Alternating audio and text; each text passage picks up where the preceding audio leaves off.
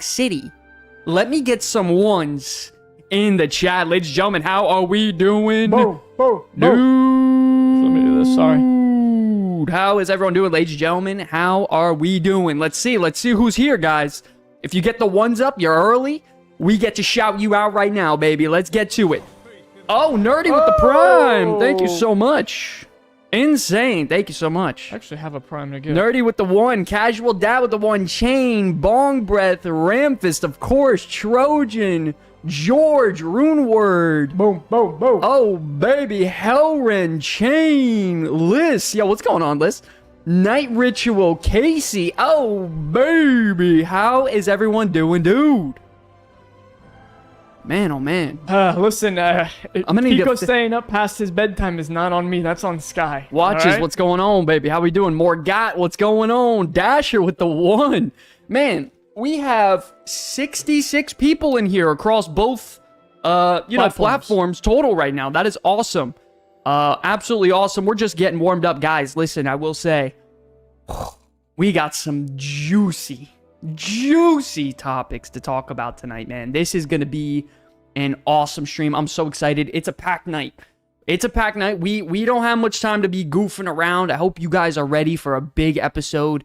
Yeah. This is, guys, you have to understand, we got 2 episodes left, including this one, before the season launch, Lance. Before we're officially into season 3. Well, it's before pre-season season launch, yes, but officially season or the patch goes live next Tuesday. Yeah, exactly. So it's officially preseason this Tuesday coming up.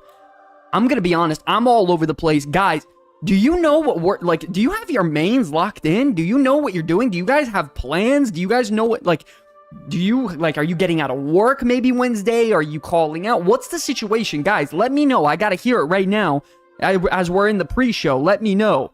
Do you guys know what mains you're going? And if so, what are you going to be maining? Do you have meal prams prepped? Are you going to be streaming? Are you not really streaming? Are you doing your own thing? Do you have a mythic group ready? Or do you have a team of friends you're playing with? Are you in the guild? I got to hear it, dude. I got to hear it. I want to dive into what you guys are doing. I'm ready. Cray Cray, Havoc. Drunkie's making a comeback, kids. Oh, shit. Let's go. Drunk dude is back. Druid, Monk, Pally, Priest. Holy shit. That's a tall order. That is a tall order, Michael.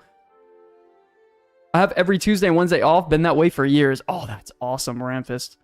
Yep, sure do. Ret all the way. I'm torn between 2 tanks. Oh, man, what are the tanks? Arcane Mage for the win. That's awesome. Liz is making me dinner as I tank mythics for guildies. Wow, that's awesome. W wife. Actually, that's pretty huge W's. W wife, of course.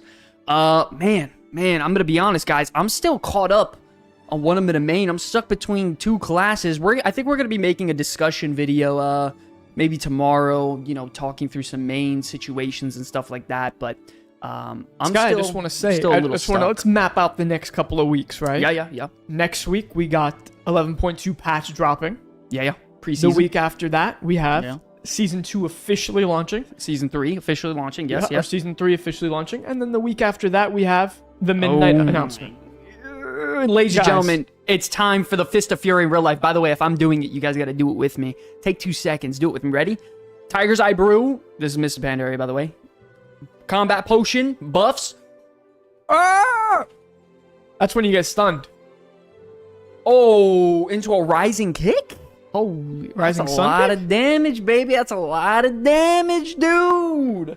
Insane. Ladies and gentlemen, all jokes aside, though, there's a lot to look forward to. Preseason, official season launch. Yep. Into the cinematic. Yep. And the reveal of Midnight. Yep. They're going to do a big talk, a dev discussion. They actually said they're going to do a housing tournament to see who can make the best house at Gamescom, by the way. Oh, yeah.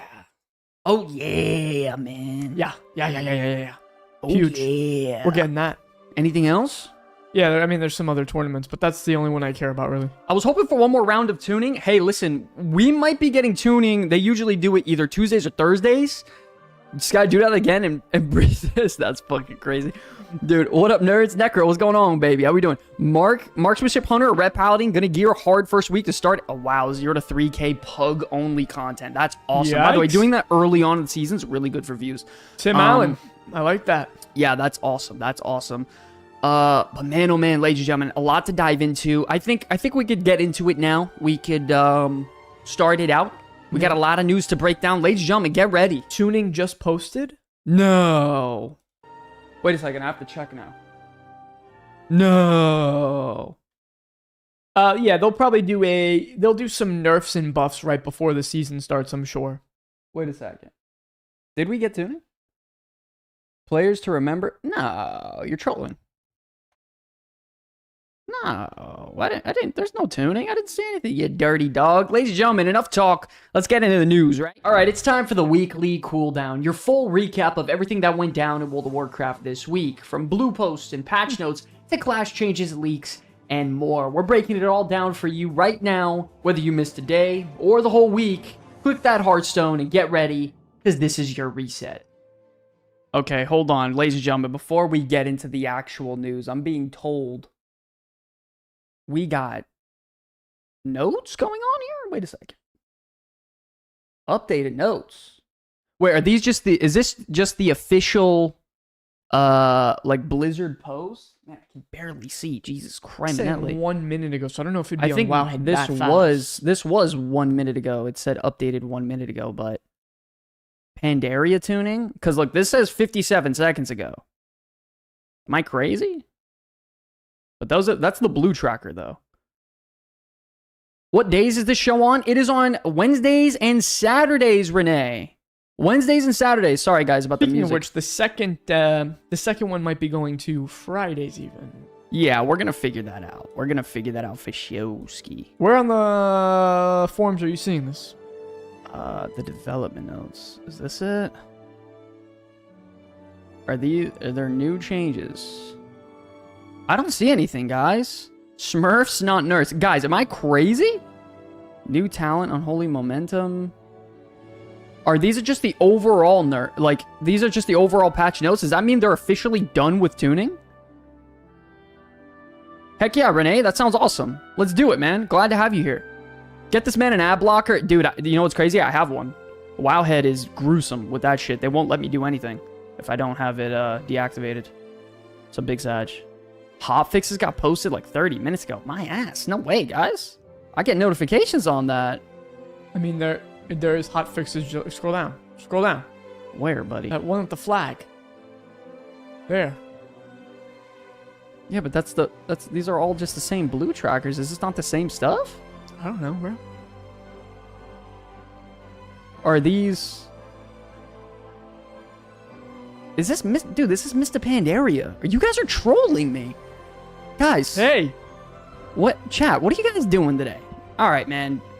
Enough of that, guys. You guys are trolling me today. You won't believe the drugs that Tom Cruise takes to look that good. That's crazy. The summer must-haves. Apparently, that's what's on the news for today. Okay, overall, ladies and gentlemen, going into some of the news... go to the WoW forums. I mean, does anyone have a link? Can a mod post a link in the chat? Koozie, if you find one, just post it. I don't want to sit here and freaking try to look for something for 30 minutes. I gotta bring people the news, man. What time does it start? 8:15 Eastern Standard. That's usually the time. But anyways, moving into it. Oh my, okay. Wait, now maybe do we get one? Hold on. Is this new? Ghost of Koresh development notes. I think this is just the overall notes. Yeah, guys. These are just overall notes. Yeah, okay. Oh, thank you, though. Angelic, thank you. No patch notes yet. Yeah, okay. At the bottom, yeah, but I think those are just all the general changes. I'm gonna check one last time. This is the last time we're checking. Bro, check the thing. Bro, I did. I don't know why you're yelling at me. Yeah, but these are just everything in general. Yeah, I think this is all the changes that have been made. Yeah, this is just everything. No, it's from 3 minutes ago. Well, I just think they're officially putting everything out. This is from the last post 2 minutes ago. Hunters nerfed again. PTR class tuning. Yikes. So they were right and you were wrong this whole time. Wave of Souls. This does look new. Posted 2 minutes. Yeah, no, this has to be new. All right, let's read it. Okay, I mean, this is fresh notes, dude. Guys, right off the press. Fresh notes right off the press. Guys, ladies and gentlemen, let's get some ones in the chat for some fresh PTR development notes. This is the final tuning of the season. That's it. There's going to be no more tuning heading into the new patch. It's only a few days away. They got to make sure this shit is good. Guys, it'd just be a shame if we don't reach our goal. There it is. Look, I just got the notification right there. You can see on the bottom right. So yes, it'd be a real shame if we don't reach our goal. Sky. Get some ones in the chat, guys. This is it. This is big. This is the last tuning. By the way, Lance, this could determine if you still play the spec you're wanting to play. I hope they gut it. Scroll down and just see. Just check my No. Check my shit We'll first. get into that. Just check my shit first. Wait, guys. Wait. No cheating. You guys have to be real. Do you think they buffed rogues or warriors in this patch? Yes or no? Be honest. No cheating. No cheating in the chat. Do you think they buffed rogues or warriors? Yes or no? Ones right if here. Yes, twos if no. I think no. My guess is no. Guys, My guess is no. Guys, don't cheat. No cheating. Is Shadow Priest buffed? Yo, thank you, Alex, by the way. You're the man. Yes, both? Oh, you think they buffed them both? All nerfs? No. Guys, don't. Oh, God. All right, cheat. here we go. Wave of Souls, Critical Strike. I don't even know what Wave of Souls is. I'm going to be honest. Swift and Painful, increases strength for 5 seconds for 8 seconds when no enemies are struck. I don't even know what any of that is. Exterminates first sight damage reduced. That kind of sucks. Sand Lane. Even for blood, I don't even think people are playing Sand Lane right now, which sucks. Bone Shield armor increased by 150% of strength. That's a slight buff. I'll take that. Blood desperately needs it. Jesus, man. More nerfs for Frost DK. Obliterate nerfs because their single target's insane. What is that the past 2 weeks for them? Danny boy, what's going on? Good looking. How are you? Been a minute, buddy. Been a minute. All damage reduced. That's like almost, what is that, 15% total? I think so. Something like that. Vengeance, nothing. Vigorous Creepers causes Bloodseeker Vines to increase damage the target takes from you by 6%. Was 5. Okay. Sabretooth causes Ferocious Bites to increase the damage taken from your bleeds and other periodic effects by 5% per... Wow, that's nice. I mean, listen, I'm not sure. Do people even go Sabretooth? What is Sabretooth? I need to see what that even is. I don't even know what that is. Off the top of my head.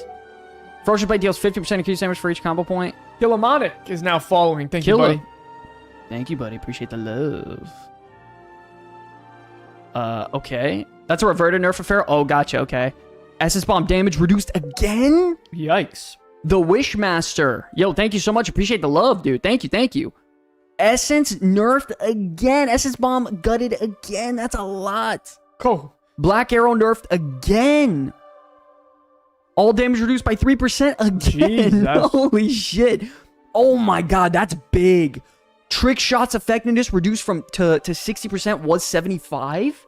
That's a lot of their damage. Because if you think about it, that's like Damn, 75 is that's a lot of though. cleave. Yeah, it's a lot of cleave. Because it's the same. It's you have to understand it's the same exact concept as Whirlwind like cleave for Fury Warrior. Yeah, I know. But that's a lot. 15% off that's a lot of their damage. Come on. Those are marksman made for years. That's a lot of their damage for sure. Meteorite damage, that's nothing. That's like a 0.5% damage loss. Area of effect spell damage taken. Spell damage reduced by 10%. I mean, that's nothing really. Resonance damage bonus reduced. That's not much. All damage dealt. Damn, fire got nerfed again. Damn, flame strike got nerfed by 15%. Damn, that sucks. Okay, but fire's been doing really, really well. Oh, buddy. Oh, are y'all on talk? We're working on it. I just posted a video, I think, today. Again. You posted a TikTok? I did, yes. Windwalker buffs. Oh my god. Wait a second. Heart of the Jade Serpent duration reduced. Oh no. Wait, what? They just nerfed Windwalker to give them... What? So they took power out of the tier set to give it into them normally. Yeah, but only 4 seconds. That means you can't have permanent uptime on it anymore. Oh no. Tama, what's going on? How you doing? How you doing? Yo! Dang, that sucks. All damage increased by 8% though. That I don't know if that's a good trade. I guess you're just gonna have to. No, you're just gonna have to play Shadow Pan then. That's it. I mean, you just take the buffs here and then go into the Shadow Pan. That's it. Oh man. Holy, got some buffs, guys. Eternal Flame. Okay, 15% is pretty good. Sun's at. Wait, they're nerfing Sun's Avatar. Wait, why are they doing that? And then they're nerfing Dawnlight's AoE heal? What the fuck is going on? What's happening? Yo, where are my healers in chat? Wait a second. Was it a TikTok dance? I wish. Wait, where are my healers in chat? What are we thinking of this? This is kind of crazy, right? No? So far? Second sunrise now is... I don't even know what this is. Second sunrise, I genuinely don't know what this is. Was a 50%, but no longer grants holy power from holy shock cast and cast at 15% effectiveness. Okay. Increase Dawn Light's healing by 60%. Okay, that's nice. What is a holy paladin? That's freaking crazy. Hope you catch everything you wanted for Maldrop. Yeah, we got some decent loot. Increase holy power spenders by 30% during Solar Wrath. Okay, that's a buff too, but... So they took power out of them naturally, but buffed their sets. Okay. Opposite and approach they went with Windwalker. And they're also nerfing their cooldown potential. I'm Holy Priest. I'm afraid. Oh, God. Yeah, Holy Priest ain't looking good this season, buddy. Sun Seer damage. That's good, I guess. More buffs to Ret Paladin. Wake of Ashes, 10%. Divine Storm, 10%. Seething Flames, 20%. I think that's the damage over time effect. Truce Wake damage. That's also part of Wake of Ashes as well. Wow, okay, okay. That's some good damage. I'm pretty sure Truth's Wake is a part of Wake of Ashes. I could be wrong, though. Okay, wow. Okay, ¿Qué pasa? Juan Epstein, what's going on, baby? That's crazy nerdy. For keys, they're looking rough right now, dude. I don't know if you know. Holy shit, they're looking tough. Holy Nova mana cost reduced? Wow. Okay, that's what's up. Cold Blood cooldown now begins immediately upon use and has a 15-second max duration. Oh, that's, I guess, a slight quality of life upgrade. Oh my god, they're making tier set changes. Holy shit, Rogue got a lot of changes. Wait a second. Wait, they're nerfing. Oh, wait, no, slight buff. Okay, now increase the effectiveness of Deathstalker damage. Okay, I still think it's a shit tier set, but okay. Increases Shiv duration by 3 seconds. I mean, oh boy. I mean, it is what it is. Either way, I hate the tier set design in general. Oh, Juan Epstein with the 5 big bones. Guys, if you're in chat, let's get some ones in the chat, dude. Put it up, baby. Ones in the chat for Juan Epstein. Juan Epstein, one of my favorite guys. Juan Epstein, what a Chad, man. Thanks, Juan. Shout out to Juan. Oh, by the way, guys, I'll leave that announcement for a second. Manaforge Omega 2 set now increase effectiveness. Okay, so they buffed Deathstalker overall for build specs because it's freaking terrible. Oh my god, they're buffing the coin damage again? Which, by the way, the coin damage in single target is actually most of your damage. It's most of your damage, so buffing that by 17% is pretty good, but ladies and gentlemen, how lame is it if you're playing Fatebound that you're flipping a coin and the coin is dealing damage and it's one of your top damaging abilities? Think about that. Think about how ridiculous that sounds. You flipping a coin and the coin dealing damage is cool? Yeah, because it's kind of like Bullseye from Marvel. You know Bullseye? Okay. You know who that is? Yeah. Are you aware? I've seen the Daredevil movie with Ben Affleck. He's killed things with, like, he could kill people with, like, a pencil. So this makes Rogue D tier instead of F. Yeah, listen, I'm going to be honest. This is a good raid buff right here, I will say. But that's an insane... Coin Pet. Yeah, that's crazy. Coin Pet. Okay, Nimble Fury bonus damage to Blade Flurry reduced. They just nerfed Blade Flurry. Okay, so they nerfed them in Mythic Plus. Nimble Fury, and they nerfed Subtlety. Why are they nerfing Sub? They have no business nerfing Sub Rogue. Bullseye was the John Wick before there was a John Wick. That's crazy.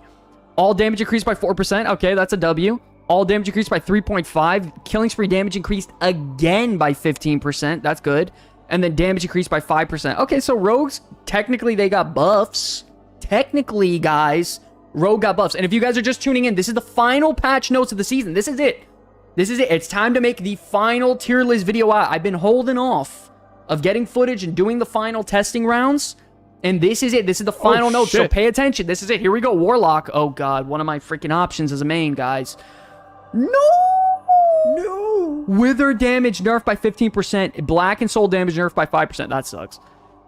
Oh, wait a second. That's fat. Chaos Bolt damage by 20%? Guys, that's kind of big for destruction. Oh, snap. And then no warrior changes. Wait a second. Chat, we have to zoom in for a second. Wait a second. Wait a second. Listen to me very carefully, chat. They just changed every other spec. And they didn't touch Warrior again. And Shadow. Shadow doesn't need to get touched. They're A+ tier. Guys. They ignored Warrior yet again. Holy shit, what is going on? It's because they have a rework coming, bro. Stop. Resto Shaman's amazing. Yeah, they're doing fantastic right now. And by the way, Farseer is doing really good. Yeah, but the thing is, guys, is I'm talking about the underperforming specs. Obviously, they don't need to make changes to Shaman. Elemental just got buffed through the moon for single target. They're looking great. Enhancement's amazing, obviously. And Resto Shaman's easy mode. What do you know, Pinhead? All right. That's crazy. They want us to just tank. So, and also, Shadow Priest, they didn't need changes. Obviously, they're A+ tier. They don't need to get touched. They're a beautiful class. Boomkin's good right now, Shadow too. Priest is ass. Don't play Because here's the thing about Boomkin. They still fill their niche of dealing great AoE damage. They don't need to be touched. Everyone knows Boomkin isn't great in raids. Who gives a shit? You'll still be 3k easily if you know what you're doing on a Boomy. Who do you consider underperforming? Well, Rogues were. Warriors were. Underperforming. I was worried about Affliction, but after the other patch notes where they got buffed, their prio damage is insane now. Underperforming. You think Frost Mage will be viable for Mythic Plus? Absolutely. Frost Mage is cooking right now, by the way. Watches. They are cooking. By the way, a lot of people are doing sims with Frost Mage and Raid. They're simming the highest out of all 3 mage specs right now before these changes. And by the way, Fire Mage just got nerfed again. Isn't that crazy? Yeah, that's pretty nuts. Isn't that crazy? Feral was bottom most of last year. Feral, here's the thing. Feral just got buffed a couple times. What was it? Flat? Was it 12% or 8% last patch? Oh, I don't know. It was 8 or 12. But listen. During cooldown windows, nasty prio damage, disgusting damage with their cooldowns going. They bring some decent utility, the best group buff in the game. They have a battle res. I got no problem with Feral. Feral's doing pretty good. Feral's pretty cool. I think Devastation needs more help than Feral. Kiss me if I'm wrong. No kisses for you. No kisses for me. That's kind of crazy, right? I have a lot of years into my mage, and I hate to swap, and I have to swap. Here's the thing about mage. I'm a little worried about Fire now. Fire just got nerfed. I think this is the 3rd patch in a row. Demon Hunter also didn't get... Yeah, by the way, that is very interesting. Tama, that's a very good point. I think their design is fine right now. Their damage is fine, and their tier set is fine. But they literally, quite literally, did not get touched. They didn't get touched at all. Well, that's because they're getting a new spec. So. They could be. That's what I was going to leave into it. I watched some of your YouTube videos. Thanks for good content. Thank you so much, Acid. I appreciate it. Thank you. Appreciate the love. But yeah, going back to the news, guys. So this was the last tuning. Destruction, slight buffs when it comes to Chaos Bolt. Honestly, in Raid, I would love to play Diabolist and you go Chaos Bolt. That sounds... Destro? Ooh, buddy, that's a lot of fun. That is a lot of fun. Rogue surprisingly got some buffs. The tier set got some slight buffs, except for Mythic Plus. For some reason, they're nerfing Rogue and Mythic Plus. It makes no sense to me when it comes to tier set, but is what it is. Retribution, W buffs. They just continue to get buffs over and over. Demon Hunter new spec, yes, it is getting somewhat like leaked and teased in a way, maybe. It's speculation. Yeah, that there's a Void Demon Hunter 3rd spec coming. There's a lot of signs that point to it. What if they did it and their weapon was pole arms, but they just started making a bunch of scythes for them, like scythes, like 2-handed scythes? Yeah, like a 2-handed scythe. Where'd that come from? I don't know. It was just how sick would that be? Okay. For the Void. That's cool. Like slashing Void. Okay, that's cool. Fucking sick. Okay. Anything else? Yeah. What if what if they were a support spec too? Yo, that's crazy. If that spec would be damaged, it would be so good. Yeah, that would be cool. What if they could fly all the time? Fly all the time. Yeah, like okay. You know what? I've heard enough of you. Anyways, Holy, they're nerfing their tier set, buffing them normally. Windwalker, they're buffing 8%, but nerfing their the really fun talent spec. Sucks. It is what it is. Once again, Frost didn't get touched. Frost is looking great. How about some Warrior buffs? Yeah, I wish, but apparently they don't touch Warrior. Hunter overall just got nerfed again, except for Survival yet again. They nerfed Flame Shaper, Essence Bomb damage again. No, Kuzi, it'd be a pole arm, but they could just make scythes that nerf Frost DK. Pole arms that look like scythes. Buff Blood DK. Damn, Damn. I guess, man. I guess it is what it is, guys. It is what it is. Let's get back into it, though. Joshua, you see the vision. Joshua sees the freaking vision, bro. So, ladies and gentlemen, read that. I mean, he has a point about the Demon Hunter using Scythe. Literally, one of the Demon Hunters in the starter campaign for them has one, and she also helps you in the Legion. Just saying. Oh, that's interesting. New patch notes on class nerfs, or is this old? This was brand new, like 5 minutes ago. Hi, Indy True. So, guys, brand new news. Bring life back into the Koresh with ecological succession. So they just want to pretty much give an absolute final sort of statement on what's going on here. Pretty much, guys, really short and sweet, and to keep it really simple, TLDR, it's just a new weekly quest rotation with a little bit more story attached to it. So this is our weekly thing? This is the brand new weekly event. Got it. I think there might be another one in Tazavesh that you can grab. What's gonna get me my bountiful key? This guarantees. I don't know about the second one because the other one was renown. What do you call it? What is it? Like you need rank 3 renown to get it. So what is that? Barrier to entry? I don't fucking know the word. I'm gated. No, Jesus, calm down. Don't put that word out there. People are gonna freak out. So pretty much all you do is you go help Venari, and every week you could, I don't know if it's random, but you get the animals, you travel around Azeroth, you go grab the animals, you suck them up in that freaking thing, you bring them over, you test it out, see how they freaking perform in like the Ecodome, and that's about it. Then there's rewards and stuff like that, but it is something that's really cool is it also has like a visual progression to it as well. So like the more animals you bring back, it'll start showing them inside of the what do you call it? The Ecodome. Yep. Yeah. And then there will be new weekly quests, maybe some new side quests, achievements and stuff. Are these buffs today? Yes, these buffs were today.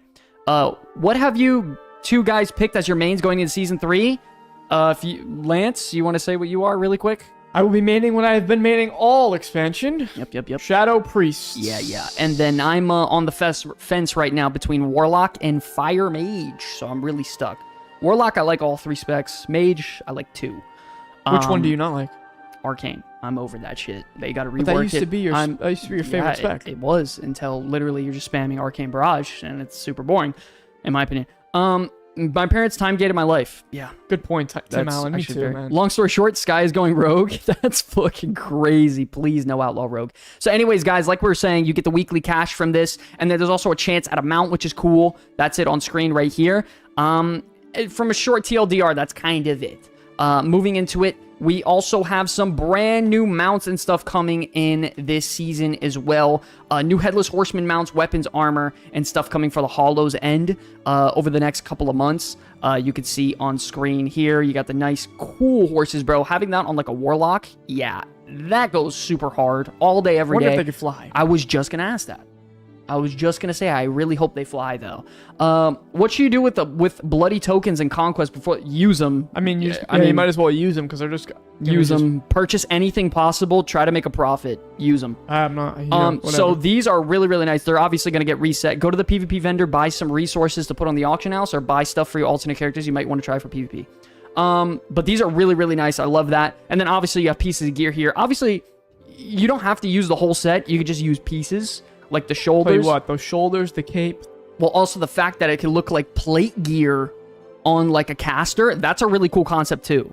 But like, look at that. Wow, that's insane, dude. What? Yeah. The shoulder cape combo is really, really nice. And wow, in white is insane. Mr. Electric, thanks for follow. Appreciate the low, baby. Really, really nice. Then you got some armor pieces here. Some shields, all in different colors, weapons, swords, really, really nice stuff. Sucks. My character can't wear sword, bro. This is gonna be a lot of Trader's Tender going out my my wallet for sure. I'm in trouble. I don't know about you guys. What do you guys think? This is a W or an L? W or an L? No, it's a huge W. Where's the link for the blue post or nerfs? It's on Wowhead. I don't know. Me and my wife mains are mages, and we've been playing from almost day one WoW came out, and we have always been arcane, but some new/other spells would be nice. Okay, a lot of W's. It's pretty huge.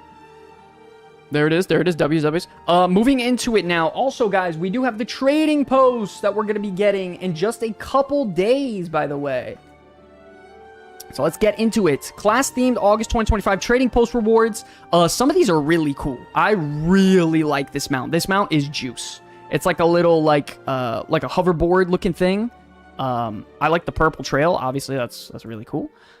Moving into it, there's a different one here, and then they have a bunch of different sort of like, I guess it's chess themed, right? I guess, yeah.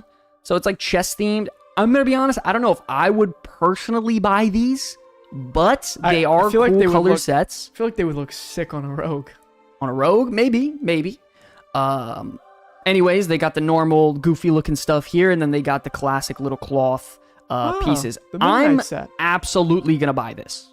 This is for sure the dark gray / black. This is mandatory to buy. Like anyone, you should be buying this mandatory in general.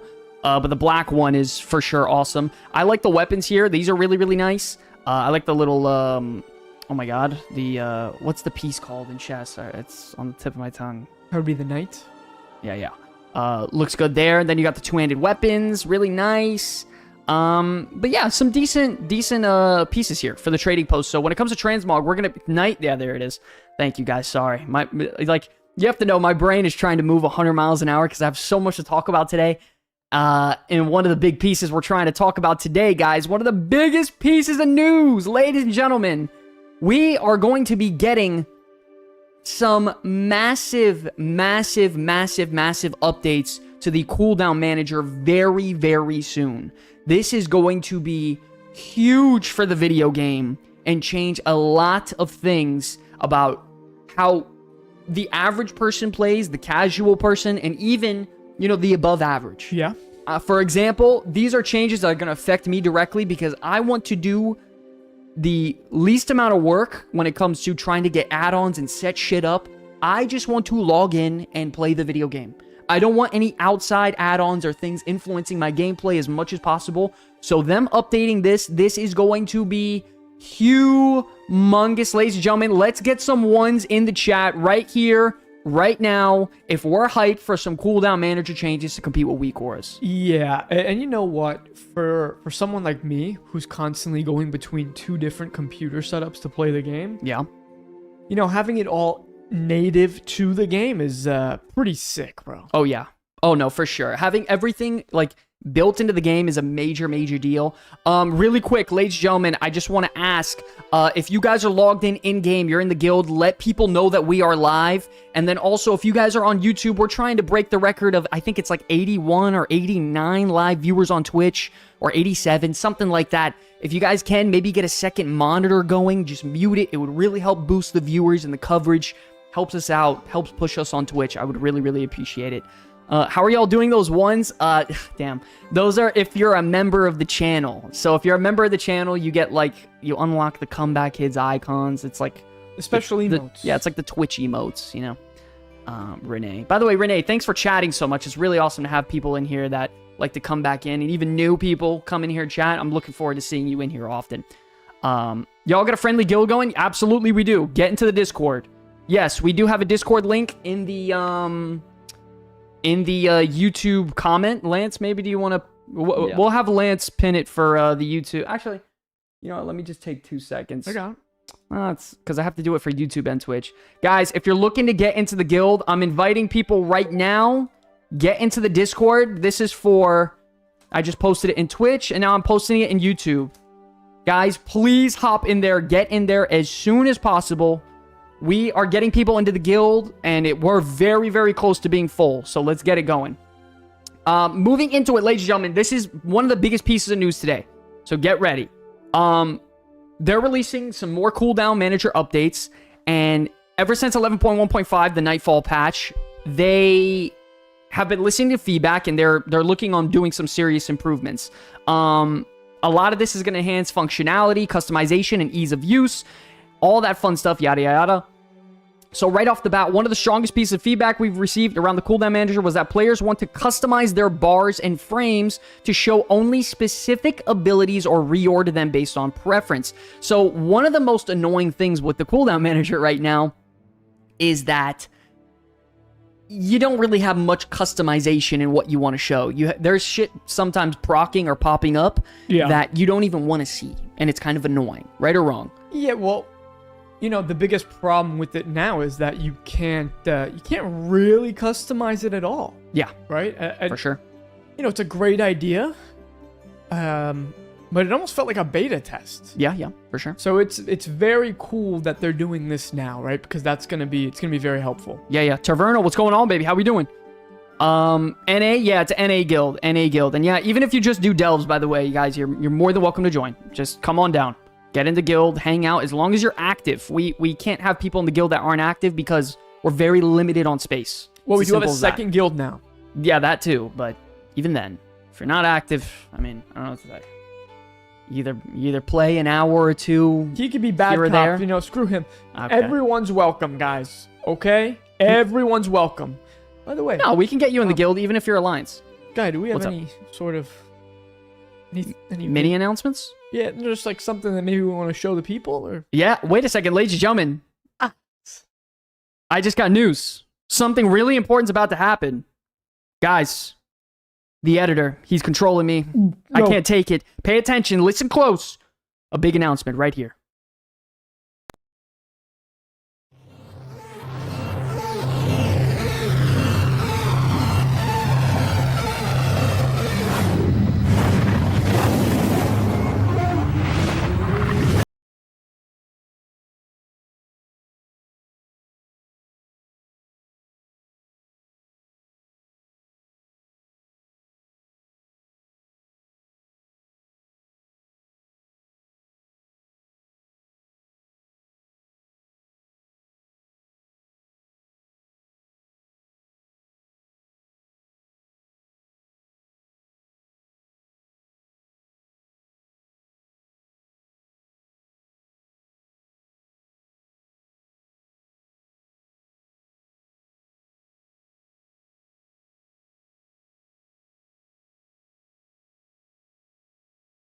Ladies and gentlemen, guys, the Y2J Chris Jericho intro. That's kind of crazy. Yo, listen, ladies and gentlemen, let's go full screen really quick. Just really quick. Listen, you can't stop it, right? It is what it is. Guys, we just dropped the brand new Comeback Kids merch. By the way, I wanted to say earlier, we just got a bundle order right before we went live. I don't know who that was. If it was you, let us know you're live in the chat. Was that Miami? It was. Yeah, good eye. Wow, that's crazy that you saw that. But guys, we just dropped the brand new merch. You guys got to check it out, dude. We make it all here in-house, in studio, literally right behind that camera. Me and Lance do it. We stay up late. We sometimes do it on stream if we get people enough to freaking purchase them and buy it. We hang out, we goof off, we eat food, make the shirts live for you guys in person. Guys, well, you know what else we just busted our butt today? On this one. We just got them launched on the website. Is these stickers here? Oh, I'll put it here. Oh wait, Buff Shaman's happening. Nestle Crunch with the 5. That stuff we'll get rid of where it won't affect the graphics for the add-ons, which some people can pay ultra of me and you. Here's some money. What the fuck? Yeah, Kiko, just message me. I got you, bro. Yeah. Just make it freaking. We also got these stickers, guys. That's not gonna work. Let me see. I'll just hold it up. So, for example, we got the stickers as well. If you don't want to spend as much money, even if you want to, like, rather than donating $5, you can just buy a sticker. You know what I mean? You support the content, and you also get something. For example, we have the stickers for like that I put right here. If you guys want, you get something out of it. It's also pretty affordable. That's why we made the stickers for you guys if you don't want to make the investment for a shirt. But we also got a bundle going on. I promise, guys, we bust our butt on this one with designers and everything. Thank you, Sendo, for the subscribe. Absolutely insane with the Prime. Thank you so much, buddy. And, yeah, man, I promise, man, you guys won't be disappointed. We bust our butt on this. The quality is as high as we literally can go. And all the money goes right back into the studio. We're looking to get some nice tube lights to add some really good quality lighting in here because I've been using the same lights for freaking 2 years. So check it out. Check it out, guys. The Warlock shirt's cool. Yeah, we got a couple different ones, man. We got a couple different ones. Got mine Prime frame this. Yo, thank you so much, buddy. Appreciate it. Okay, let me go back to here. Oh shit. Wait, no, not the trailer. We already showed the trailer. Chill out. Anyways, moving into it. With the cooldown manager, guys, they're making more changes. So Thank you, Sendo. Now you will be able to pick and choose which spells or abilities you want to show or hide, change the order and move the order in which they're in as well. Toggle whether the mouse over tooltips and ability timers appear. Set whether abilities appear in essentials or utility. So pretty much, guys, like really, really, really strong control here. Yeah. Really good control over what you would want this thing to look like. The whole thing, the whole shebang is getting updated. And no, it's looking really, really good so far. You know what I like is it looks super simple to use too. Yeah. You know, obviously, I will be honest, downloading a WeakAura from someone and putting in their, their import or whatever, that's easy. But this looks like it's going to be pretty simple for like the layman's to use, right? Yeah, absolutely. Renee, it depends on the shirt. I did post the link in the chat. We have some shirts like the one with the DeLorean on it. I think those are $20. Yeah, 20. But the limited edition shirts, like the ones we're wearing, are 30, or you could bundle them. Y'all got onesies? Not yet, buddy. But I mean, the thing is, the logos are pretty big, so like... I'm actually trying to get one custom made for my son. What's up, Max? How we doing, baby? But yeah, guys, no, right here, this is huge because less add-ons means better performance. Yeah. And just everything smoother in your game. How many times constantly do add-ons get broken or bug out or like F up the quality of your game or cause it to crash? Like, this is big. And the most downloaded add-on out there is WeakAuras. It's WeakAuras and DBM. So, hold on. Let me take that back. DBM, I think, is number one. And then it's WeakAuras. Oh, details. Shit. Details, recount. Yeah, well, they're working on that too. So I guess you're right. But this is big, man. And like, you can drag and drop. It's simple as that. Moving it around, simply just reordering it. Dude, I mean, come on, man. For me personally, there's very few things I would need WeakAuras for now. Like, very, very, very little. Like, I made just a couple of WeakAuras the other day for like personalizing some buffs for my Fire Mage. That has some really cool animations on it, but technically I can completely just use this now and be perfectly fine. Yeah. Now the customization is through the roof. There are a couple things that we still need left, like maybe item proc effects or like trinkets, on you stuff like that. We never know what could be added, right? But yeah, no, this is massive. You can uncheck and check what you would want to see directly on there. I have to see in particular, because I haven't really had a chance to dive into it too much. It won't let me zoom in, Jesus. I just don't want it to like crash my stream or anything. Sesame. Image and new tab, there it is. So if I want to zoom in here, so you could show unlearn, reset to default, edit mode, drag and drop move what you would want where, whether it be essential cooldowns or utility cooldowns. I mean, it's so easy to just change and customize it to how you want. It is so good for the game. This is a massive W. I cannot express this enough.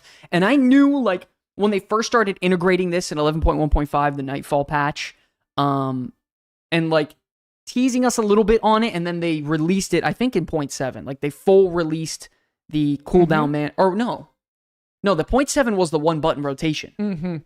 0.5 was the cooldown manager. Yeah, the cooldown manager. But that always felt like a V1 beta. Yeah. Guys, if you think this is a W for World of Warcraft, let me get W's in the chat right here, right now. Izzy, what's going on, baby? How we doing? Back in my day, we had to walk up the hill in the snow. What's up, baby? How we doing? Good looking. How's everything?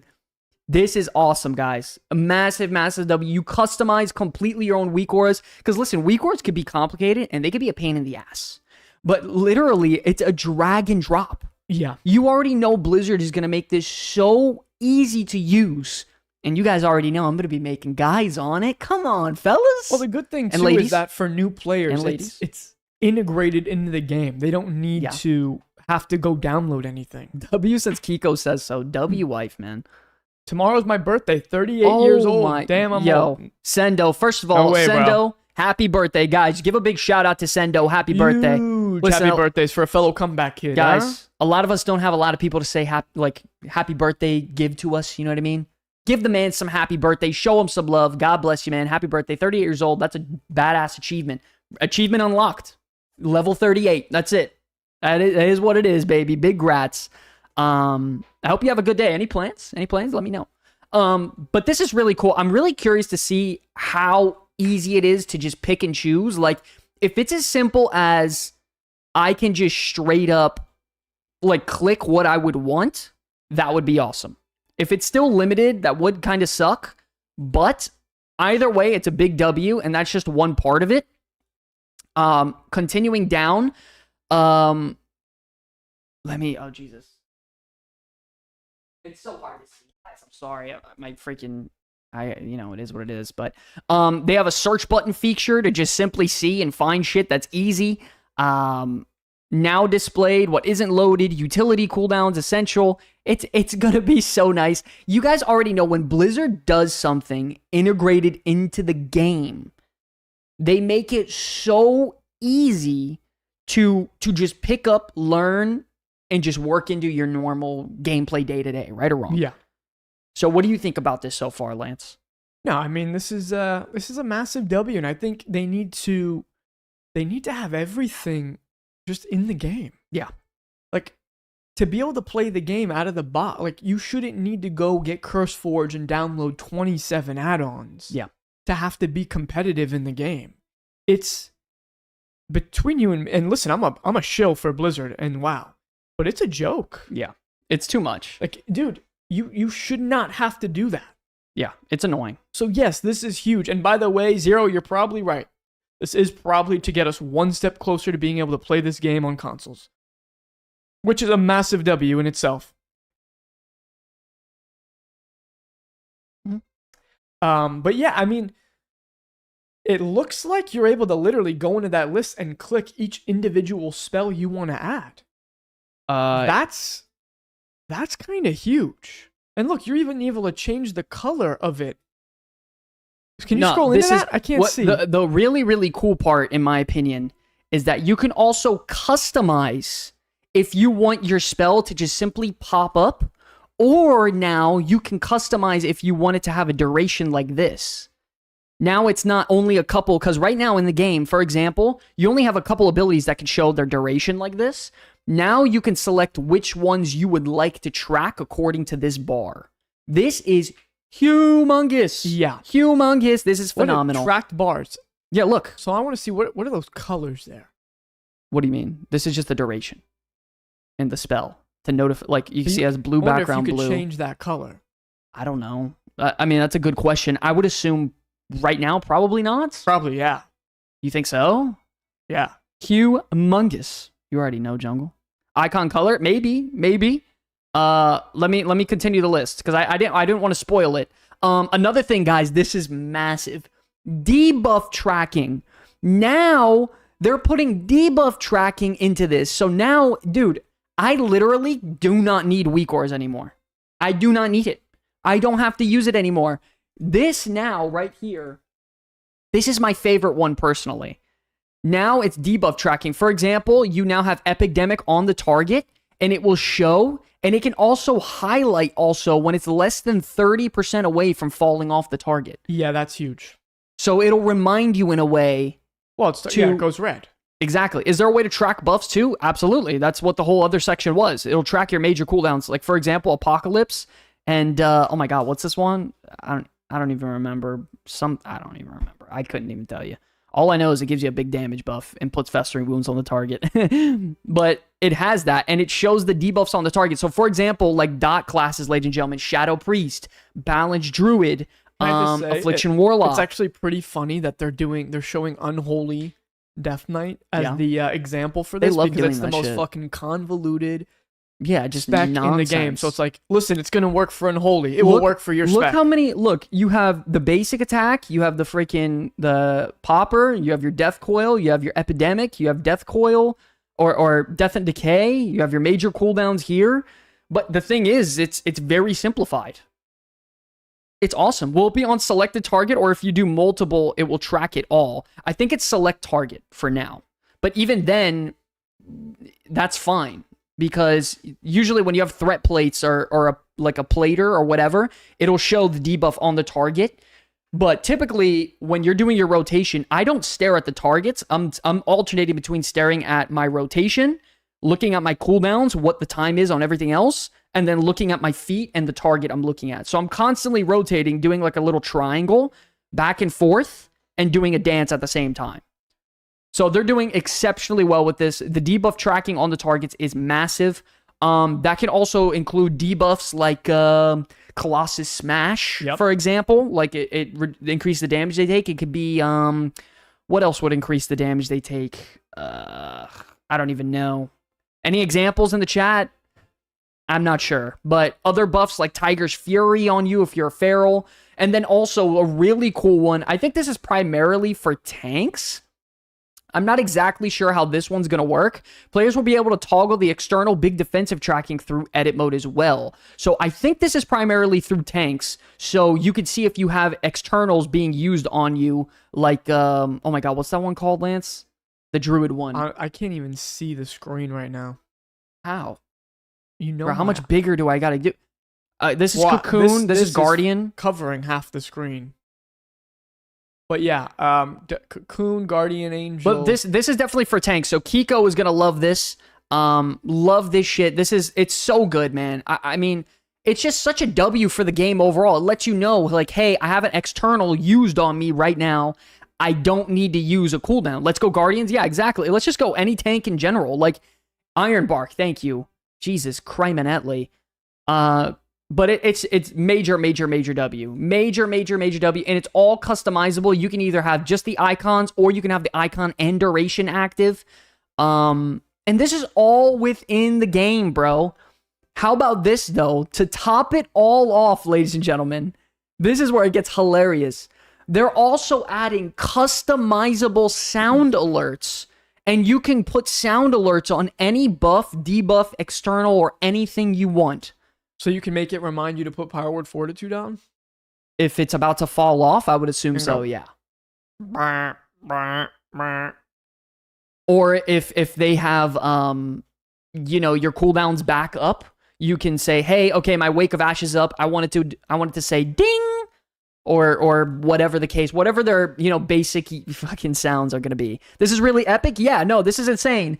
Out of 10, what are we rating this so far in terms of updates? I mean, out of 10. This is what I thought when they first said they were making the cooldown manager that it would be. Same exact here. So, while it's not great right now, which, by the way, I'm still using it. Yeah, same. Yeah, this is fucking awesome. It going from the iteration we have now into this turns it into an okay feature that maybe not everyone will use, but a lot of people will use. This turns it into everyone can use this. Everyone can use this now. This is massive. Like, this can absolutely replace Weak Wars for me, and I can perform at a high level, whether it be Raid or Mythic Plus. No problem. No problem. One thing I would like to see, and Lance made this point earlier, is a resource tracker, like some sort of personal resource like tracker. For example, combo points for rogues and druids. It could be the Insanity, the runes for Death Knight, Insanity, Glacial Spike counter for Frost Mages, stuff like that. That would be really big for a lot of like combo point or energy / rage, whatever trackers. That would be really, really big. Which I don't see here, but I'm sure we will get that in the future heading into midnight, I would assume. It could be in this one. I didn't even think it was worth I would think about. This is going to come around at the 0.5 patch of this season. I would think 0.5. The fact that they're showing it now, most likely. Yeah, 8 weeks out from this, there's an option in game right now for that. For what? Like changing the resource bar, but like you can't. Yeah, no, but it's not good. Size it up very well. Yeah, it's pretty shit. It's like a really small chintzy one in the middle of your screen like this. No. I'm talking about full blown customization. I want to make it a bar. I want to change the colors of it. I want it to look cool. With Weak Wars. Yeah, exactly. I wonder if you can make it track your tank's cooldowns or your healer's cooldowns. Probably not. That would probably require an add-on. Tracking other people's cooldowns. That's advanced. That's powerful. Yeah, that's advanced shit. And by the way, I think they're getting rid of that. I'm pretty sure that's one of the add-ons they're getting rid of. They don't want you to be able to track everyone else's cooldowns in your party at once. I'm pretty sure. Yeah. I could be mistaken, though. They don't want you to... Oh, wow. Thank you, Kuzi. Let's go. Thanks, Kuzi. Let's go. So yeah, guys, custom sound alerts. I'm really interested to see if you can import your own custom sounds in there. That would be really interesting because if you can, then you can make your own sounds or get sounds online, whatever the case may be, and you can import it, because I know you can do it in weak auras. That would be really interesting if you could do it there. Really, really, really interesting stuff. Let me continue. Hold on, my chat got freaking deleted for some reason. Hold on, guys. Sorry. That makes sense? Yeah. Yeah, I agree. These sounds about to be wild. Yeah, if you can. I don't know if you can put customized sounds in there, but if you can do custom alerts, that would be crazy. And then what else? Additional edit mode customizations, including resizing and repositioning elements of the cooldown manager with greater flexibility, and then saving different cooldown manager configuration profiles. That's a W as well. Because there are some times where on my Warlock, I want it to be this big because, hey, I'm summoning minions and I have to keep a really close eye on how long the duration's out to see if I want to pop a Tyrant out or something. Yep. But it's not the same case with my Retribution Paladin where I need to know how long my wings is up. That's a fucking every 20-second thing. It's not that big of a deal. So that's important as well. So having presets is good as well. And then they say, as we look forward to introducing more improvements, remain committed, yada, yada, yada. They're going to look for improvements, see our feedback and everything like that. So ladies and gentlemen, right off the bat, we have a really big conversation topic. I have to ask you guys personally, pay attention, and I want you guys to respond. You have to be honest. This is why we're here on this stream doing shit like this. Does this replace weak auras for you personally, yes or no? And the question is not, is it better than weak auras, or do you think it's better? But could it replace it for you in-game, yes or no? Personally, for me, I would say yes. Personally, for me. Well, I don't need weak auras anymore. It's not weak auras, mandatory. at least in the sense of my shit that I put in the freaking middle. Yeah, like the class weak auras. This could get rid of 80% of my weak auras. There's only slight, there's my resource stuff, my trinkets procs, and maybe a couple other passives, but this can get rid of a lot of shit for me personally. Only because weak aura also tracks environmental stuff. Yeah, that shit should be removed from the game in general. You should not be able to have weak auras that lets you know a mob is going to cast in 5 seconds. Be ready. That shit is lame as hell. Yeah. You should not have that. That is super lame. I can't stand that. I think that's like a version of cheating, in my opinion. Like, that is super, super, super lame to be saying, hey, this mob is going to cast this in 5 seconds. Be ready to kick, or be ready to pop a defensive because the ogre. Everyone can use it, but in Floodgate's going to use it. They need to fight that. I think they should get rid of DBM as well. Yeah, they need to do that as well. They need to get rid of that and the weak auras. Shit. And then when they do they could also bring or move here. Exactly. They could change the way they make the game. Like, they don't need to make things as complicated if they do that. Yeah. Which I think is a W all around. So let me get ones in the chat if you guys think they should get rid of DBM and things that pretty much tell you how to play the game in that sense. We're not talking about personal sort of tracking and because in retail WoW, there's a lot to track on your own personal shit. I think it's personally fine to know and you have a better version of view of your own personal shit going on. That's fine. But if we're talking about tracking other players' cooldowns in your party for you, tracking the boss's cooldowns and when things is going to happen, tracking enemy mobs that are when they're going to kick or when you need to kick, when they're going to pop certain abilities, in my opinion, that shit is lame. I think it would just require them to change the way that they make the game. Like, I was just watching gameplay of and I didn't play the game at a high level, so I'm not sure exactly. But I was watching like WildStar raids, and the way those bosses telegraph everything, it's like, oh, it's very clear. You cannot stand here or you're getting fucked up. Yeah. Like, move out of the way. Okay, so what's your point? They need to, visual clarity needs to just be so much better. In raids or bosses in general? In all content. Okay. If there's a mob that's going to cast something that's going to one-shot you, make it clear without me needing to tell. I could agree. Kick now. Yeah, lame. Or pop defensive. Lame. Like, they need to have it so you could see without needing all It of this shouldn't shit. be a robot telling you how to play the game or notifications popping up on your screen saying, hey, pop a defensive. Hey, taunt now. Hey, pop cooldowns. Hey, bloodlust. Hey, no, that's not good. You should be listening to your team, your raid leader, understanding the fight mechanics on your own. And I do agree the visual clarity on things need to get substantially better. And in order for them to get rid of add-ons like this, they need to increase visual clarity and make boss fights deterministic on that.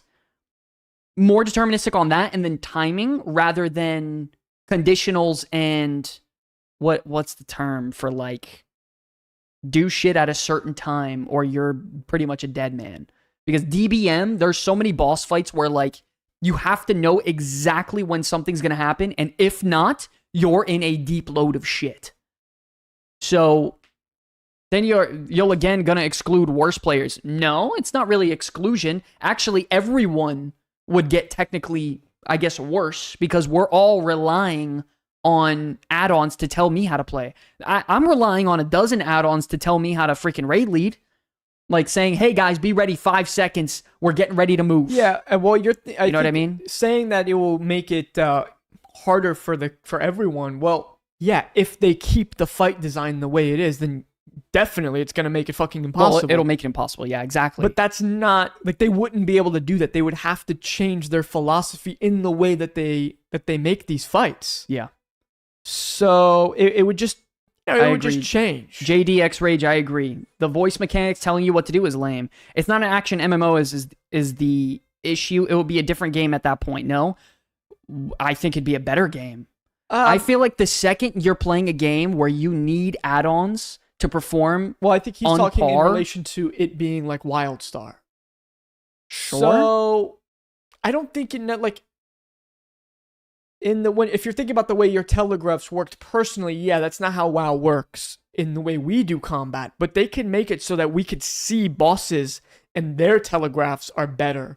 Because right now, sometimes I don't know if I'm getting hit by something or not, or they just need to make that better. People need Jesus and add-ons. Yeah, shit. Add-ons are great for casual players. Yes, but that goes back to it's great for them because of the way the game is designed currently. Yes.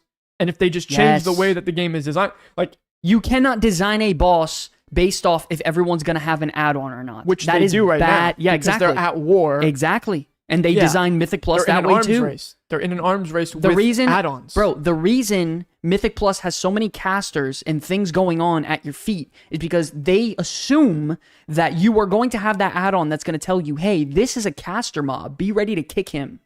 Be ready to kick him in 3 seconds. I see people... Yeah, for the casual dad, exactly. I see 3,500 player IOs. They have weak ores telling them what every mob is going to do on a timer and when it's going to come. But guys, I know you guys keep saying that the casual players are going to suffer, but no. If you make less mechanics, yeah, but that's what I'm saying. Like people will adapt. Yeah, like people, that's just how a normal game is played. Don't get me wrong. Yeah, and by the way, actually, in my opinion, I think people are becoming worse at the game because of reliance on add-ons. I agree. If you start stripping those away, people will people beat Dark Souls. Yeah. People beat, Elden Ring, like casual people. Yeah, casuals beat these games. Yeah. Like they can figure the shit out. It's not impossible to do. But the way that they do it now, it's like right now it's very hard. Very hard. I agree. And guys, it also gets to the point where dungeon design is based off Mythic Plus now, and the type of mobs they have, the type of bosses, the type of fight mechanics, everything is designed based off the assumption that most people have all of these add-ons. It's actually the opposite. It's not designed for the casual player who does not have it at all. It's actually the opposite, guys. And it hinders the player that's the actual casual. The casual player that has all the add-ons, they can do what they wish. By the way, the real casual, yeah, they don't download add-ons already. Yeah, that's what I'm saying. Yeah, like they don't, and now they're fucked. You're going to go in Mythic Plus, you're not going to know what the hell is going on. Well, no, we're not saying less mechanics. We're saying less mechanics that require add-ons. You to have and add-ons. Tracking. and everything. Like making it so if a boss is doing something, you could clearly see who he's like. There's a line. Visual clarity. Like visual clarity goes up. There's voice lines that tell you this and that and that. And it requires people to play the game rather than play a fucking add-on. Agree 100%, Pyre. Keep the UI add-ons, but start transitioning out of combat log add-ons. So anything based off combat performance and enhancing you too much out of just your own conditionals. It's very simple. Well, that makes you like able to turn off your brain when you're playing. Yeah, sure. I would say that as well. But a lot of people, they turn, and this is the problem with a lot of people, is they turn off their brain because they're just waiting for either their raid leader to tell them or a weak or a DBM alert to tell them move now, kick now, stop casting. Yeah. When exactly, they can design mechanics that do not require add-ons. We're not saying bring fucking classic WoW raid mechanics back. No, we're just saying change the type of mechanics, like make it to where like I don't mind the mechanics of run out. Guys, look at Final Fantasy 14, and I don't play that game, but I watch their raids. They don't allow you to use add-ons in that game, and those mechanics are pretty. Agreed, Alex J. Like they're pretty in depth. Agreed. It's not vanilla mechanics. Yeah, agreed, 100%, Alex J. That's exactly why. That's exactly what they're trying to do. I'm all for it. I do believe the game is way too easy at the moment. Maybe besides the higher mythic bosses, people would just go bonkers if you remove it. Yeah, but the people like who? The 3.678K IO players that depend on it to do that content, it would scale everyone down, and it would actually bring the lower player up. So it would go like this: the toppest of top tiers, and the lower player would technically go like this. It wouldn't be like this because you're either good at the game or you're bad. It's okay. It's no one gives a shit. But it would lower the ceiling and up the floor a little bit. So it's easier to entry, but harder to hit that real ceiling now. And I think that's what the game needs. Stop designing Mythic Plus bosses, raid bosses, game design, and everything on the top 5% when the majority of your player base can't perform at that content level. And they're missing out, and then they feel like shit for it. That's not good game design. Right or wrong? No, 100%. I mean, what are we talking about? Also, the game is more popular at Kuzi. I mean, let's be real. We both know the game is more popular when it's not as hard. I mean, that's a fact. What, are you joking? Of course. That's 100% a fact. An easier game, more people play, and they stay longer. Come on, we've been on the stream for an hour and 12 minutes. Gut out all add-ons out of the game. Shit, if you want my personal opinion, just make World of Warcraft integrated add-ons. Yeah, but anyone should be able to, like, if you have a UI you like, don't touch that. No, don't touch UI, no. UI don't touch if they have a map or a bag or like Narcissus. Don't touch those. Just combat add-ons need to be, I think, gutted. In my opinion, how about this, guys? How about this? This is a great example. I was just talking about with my buddy Bro Form today in the guild. A perfect example is player versus player.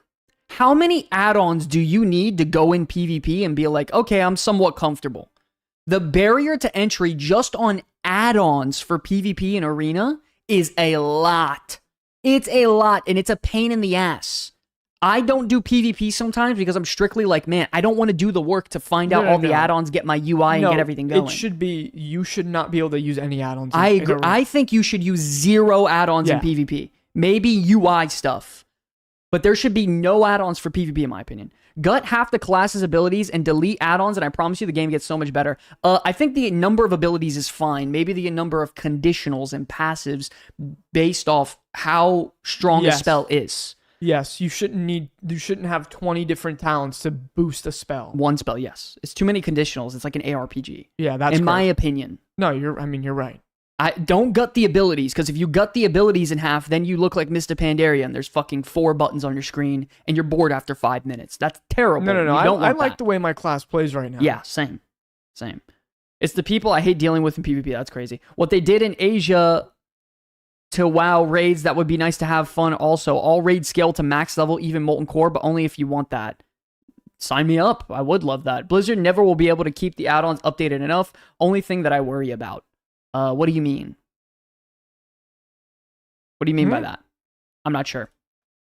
Non-combat add-ons would it be touched according to Ian? Yeah, that's fine. That's what should be. W. Yeah, I mean, you don't want to change UI and interface stuff. Don't. If someone likes their UI, let them play with their UI. I don't give a shit. I agree. About that. I agree. It doesn't affect me at all. And I love being able to customize UI freely and adjust accordingly. That's a great thing. With that being said, I also like Blizzard's edit mode. I think it's good. Me too. If the game was fully finished, they wouldn't need any add-ons. No. Mob talent trees are ass. If the game was fully finished, they wouldn't need add-ons. Well, no, I think it's just getting to the point where they're just trying to up the difficulty, but they're doing it almost in the wrong way to where now it requires you to have these add-ons to complete that said event or boss. And if you don't have it now, you're at a disadvantage. Yeah. So it's a very big difference. It's not that the game isn't finished. That I don't think that's the right term. I don't know. On console, I don't think you could have add-ons. That could, and I don't know how you would get add-ons, and that could be the reason why Final Fantasy XIV doesn't let you have add-ons. Yeah, I mean, they're probably... But, like I said, if you're talking about UI add-ons, who cares if PC players can have that? Doesn't affect anyone on console anyway. And by the way, when it comes to Mr. Pandaria talent trees, I'll say it very clearly. Those are the least flexible, most, simplistic, bullshit, fake illusion of choice add-ons you'll ever play with in your life. There is zero flexibility there.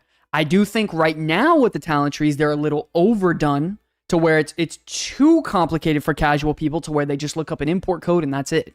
That's what I think the problem is.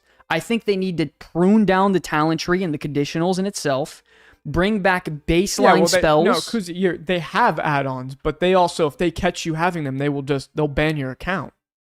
Okay, so Holy says 100% agree. So I think the talent tree is too convoluted for the casual player, and they need to prune it down and make more abilities just baseline.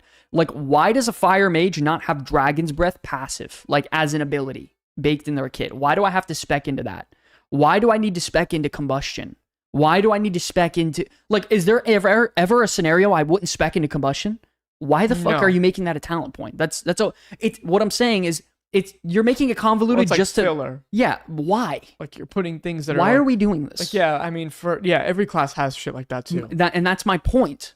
Give shit baseline, prune the talent tree visually to make it less impeding, and give at least people some option. You know what I mean? Give them some flexibility, not make it an import code, Andy. I'm tired of that. It's lame. Import happens in every game. It happens in League of Legends. I mean, yeah.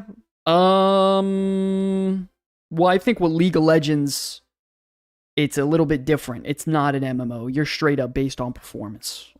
You either perform the best or you're looking for the edge. Take away the need to have to pick it in a talent. Why should a fire mage have to waste a talent point on combustion, or why is it? Yeah, what's the point in that? Let's just reduce the amount of talents needed because that's mandatory. Major offensive cooldown should never be a talent. Things that are mandatory that you're gonna take every time. Don't be a talent and just reduce the amount of talents needed. And by the way, same goes for class talents in general. Why would you not allow me to have, I don't know, decurse as a mage baseline? Why do I have to talent into that? Or Spirit Walker's Grace, or Chain Heal, or just basic abilities that a spec should have, I have to spec into. It's just, you're overcomplicating and convoluting the whole system just for the sake of saying, hey, we have a really in-depth talent tree. And this is us being very nitpicky because once you're doing really well and you're at that 90%, you're at that last 10% of things and issues that could be improved to make the game phenomenal. That's where we're at. We're at that point to where we can be best in slot expansion potential with War Within to where it could be the best expansion ever. In my opinion, or not War Within, I meant Midnight, sorry. In my opinion, the War Within for me is a top 2 expansion for me personally. I love the War Within. Yeah, it's Burning Crusade, War Within. I have to play more Legion. I played it, but I didn't really play it. I played half of season 1. I was too young to freaking appreciate it, but Burning Crusade, War Within for me are my top 2. So they have potential with Midnight to put out some absolutely insane numbers in my opinion. Single-Minded Fury, yeah, why the hell is that a talent point? What are we talking about right now? Tiger's Fury, talent point? What are we doing? Give us a tree we have now that's all passive and then add in secondary trees like mops. Maybe, but then that's kind of complicated too. Separate trees for passives and actives is tough. That frees up a point for more raid utility. Okay, so all this is being pruned down to bring WoW to Game Pass and console. Oh god. I'm the weirdo who liked WoD. I liked WoD thematically and story-wise and PvP-wise. It's just too long for patches and not enough raids and content. PFA after first patch is the best? Shit. Need to be careful though, Alex. I was starting to think Blizz snuck up Kobe. Oh god. I couldn't even finish before he retracted it. PvP talents should be included in PvE? No. Hey, no. Leave PvP talents separate. Honestly, they need to just separately tune PvP and PvE altogether. But like, and maybe even reduce the amount of buttons needed in PvP. I think personally, yeah, they should reduce the amount of buttons in general in PvP. I think there's too much going on for every spec for a casual player to go in there and try to understand what the fuck is happening. Too much. Right now, it's too much. And then get rid of all add-ons in PvP. Every single one of them, get rid of it. Got them. Get it out. Yeah. That's the only way to bring PvP back, based off pure skill and just gameplay and just repetition. That's how PvP should be. It shouldn't be based off how well I can track their cooldowns combined with mine and this and that. That shit is so lame. It's not fun. I don't want to play a game where I'm tracking icons 24/7 when I'm just trying to smash someone's face as a warrior. No one wants to do that. It's annoying. At some point, they'll start to purge again. I hope they do. The game will scuff when launched. The devs allowed add-ons to add polish. It's the same thing with mods for like Skyrim and Oblivion. They allow it to make it better. I mean, it's always the case, right? The game's just you don't advanced think too much it for would, PvP. You don't think it would make every PvP current player to drop it? Not at all. I think it would actually bring much more people back. If they reduced the amount of buttons and removed add-ons, I think it would have a lot more people come back. Well, just also prune conditionals, prune the talent tree, gut zero add-ons. I think just UI shit for you personally. Do you know how WoW PvP seasons in retail currently go by like the end of the season? The only people that are still playing all the time are the same people who have been battling each other for the last 15 years at the top. It's the same fucking 200 people, and they're constantly just doing threes against each other over and over. And bro, I miss PvP. After you get to a certain rating, you're fighting AWC people. Like, it's like, okay, yeah, shit. And by the way, and then now they're just smurfing and they're making new characters just to get into 1,400 lobbies. Good content. It's insane. It's great content because there's not enough people, because it's too complicated. And then you have new people who are coming in, they're starting, and they're getting 1,400, and they're running into fucking Venruki 1v3ing. Like, it's a joke. Yo, by the way, really quick, guys, don't forget to check out the merch. We just dropped it live. You can see the shirts we're wearing on screen here. We got 2 different versions. We got a bundle, really affordable. Guys, check it out. I promise you won't be disappointed. We got to hit a goal today of getting 1 piece of merch sold today. That's the goal, ladies and gentlemen. We got to do it. We got 160 people in here. Which one of you buccos are going to be the comeback kid of the day and make it happen? Oh, Crayons with the sub at tier 1. Thank you so much, baby. Whoa. Thank you so much. Grim, thank you for the follow. Guys, check it out. I promise you won't be disappointed. Affordable, really high quality shit. And we make it live in studio here. It's not some other person making it. We hand do it for you. Custom ordered. So please, check it out. Let's meet that goal before we end the stream. I would really, really appreciate it. Essentially, they didn't finish the game, so by removing add-ons and adding their own built-in systems, it was essentially, well, adding add-ons is not really a finish. It's more of a elevator. It's like a what? It's like adding an accent to it. It's just elevating it slightly. It's not meant to change the game. You know what I mean? Does that make sense? Yeah. Out of the merch I've seen for streamers, this is the only good one aside from 100 Thieves back in the day. It was pretty awesome. 100 Thieves, I mean, their logo in general is just cool as shit, right? I will say, we spent quite a lot of time going over these designs. You know how many late nights I had this last couple weeks? I was cooked. Today was my first day chilling out in easily over a month. Like, where I'm finally just chilling. You know what I mean? Wait, Kiko, you don't know that Max... Wait, are you fucking... What? You don't know that Max used to play with Venruki all the time? That's crazy. And soda? Packed House Bro Form, what's going on, baby? So yeah, guys, anyways, we got the goal. If you guys can, man, we get a notification on stream. I'm trying to blast the new animation to where we just got a shirt order. Guys, it's the coolest animation. Guys, we're an hour into the stream. We got to get a shirt order, guys. We're a team here. We're community. The Comeback Kids, the guild merch. We all actually, for you guys, by the way, you we bastards. actually shipped out an order to Australia. Fire. It can't be done on the website because I don't know how to calculate international shipping. A new order. Ladies and gentlemen, wait a second. Lance, check, go. Go, Yes, Lance. we- Oh my God. We Oh my. sold stickers. Oh my God. It's actually huge. Yo, by the way, that's our first sticker. By the way, say what you will. Guys, these stickers are fire. I put that on the mic. You put that shit on can the you blast the order freaking thing? laptop. Wait, are we doing the we just got an order for stickers? Is that Yeah, bro. I mean, it's an order. What are you going I to shame guess- them because it's a sticker I order? You're guess going to shame the fucking person? I guess, you know what? Fuck it. Ladies and gentlemen, get ready.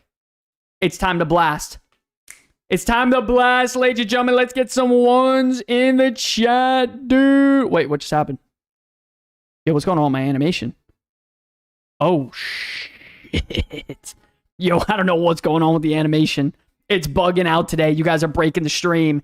Absolutely insane. Get some ones in the chat, baby. Super happy to sell some stickers, guys. Insane. Yeah, we got the stickers for, if you want to just spend a couple bucks to support the stream, but also at least get something out of it. We don't want donations here. We don't want donations. If you're going to spend money, we want you to get something out of it. It's a teamwork. You get some content, chill out on a freaking Wednesday, Saturday night, and then you also get something from it. We don't want nothing for free here at the Comeback Kids. We don't want nothing. I don't want handouts. We're a team. We're a community. Yep. That's how a guild works. Yep. No donations, no handouts. Guys, the goal is to have everyone to wear these fucking shirts on launch day. On August 12th, Guys. well, we're going to be rating, what's that Saturday?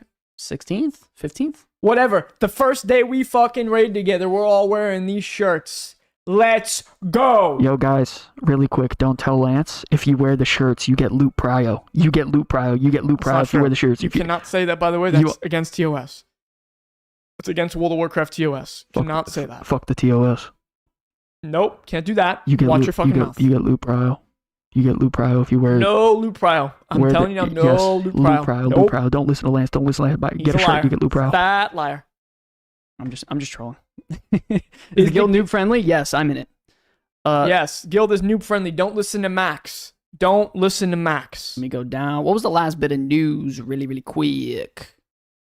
We could do the overall grade for 11.1, or do you want to leave that for Saturday? No, I say we do that now. 9:45. Yeah, that would probably be the end of it. You think so? And then we'll hold. Okay, ladies and gentlemen, let's go into it. Guys, something very, very important. Where is my... If you message me on Discord, I can figure out how to get you one shipped to the Netherlands, my friend. Yeah, we've done shipping to Canada, Australia, Germany. We've literally done all around the world at this point. Well, actually, we did one to Germany. We did that one was to not Germany. That was old. I mean, we still did it. Well, yeah, we did. Y'all excited for housing? Huge excitement for housing. A new order. Huge Wait excitement. a second. Lance, check the order right now. Go. That's a shirt order. Oh my God, ladies and gentlemen, we fucking did it. Guys, we met the goal. Oh, wait, no. That's a sticker order. You That's, son of a bitch. that's 3 sticker You bundles. baited me, though. That's 3 sticker bundles ordered.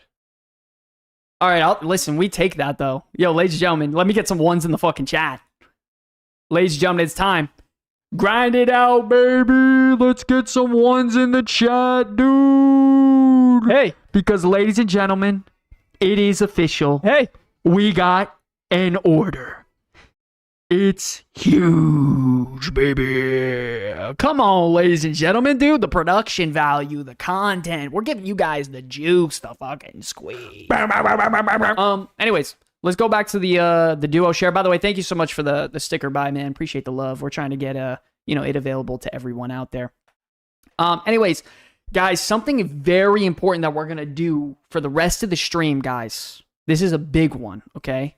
We are now going to overall grade the systems. 11.1 undermine like season. And we're going to grade it as a community together.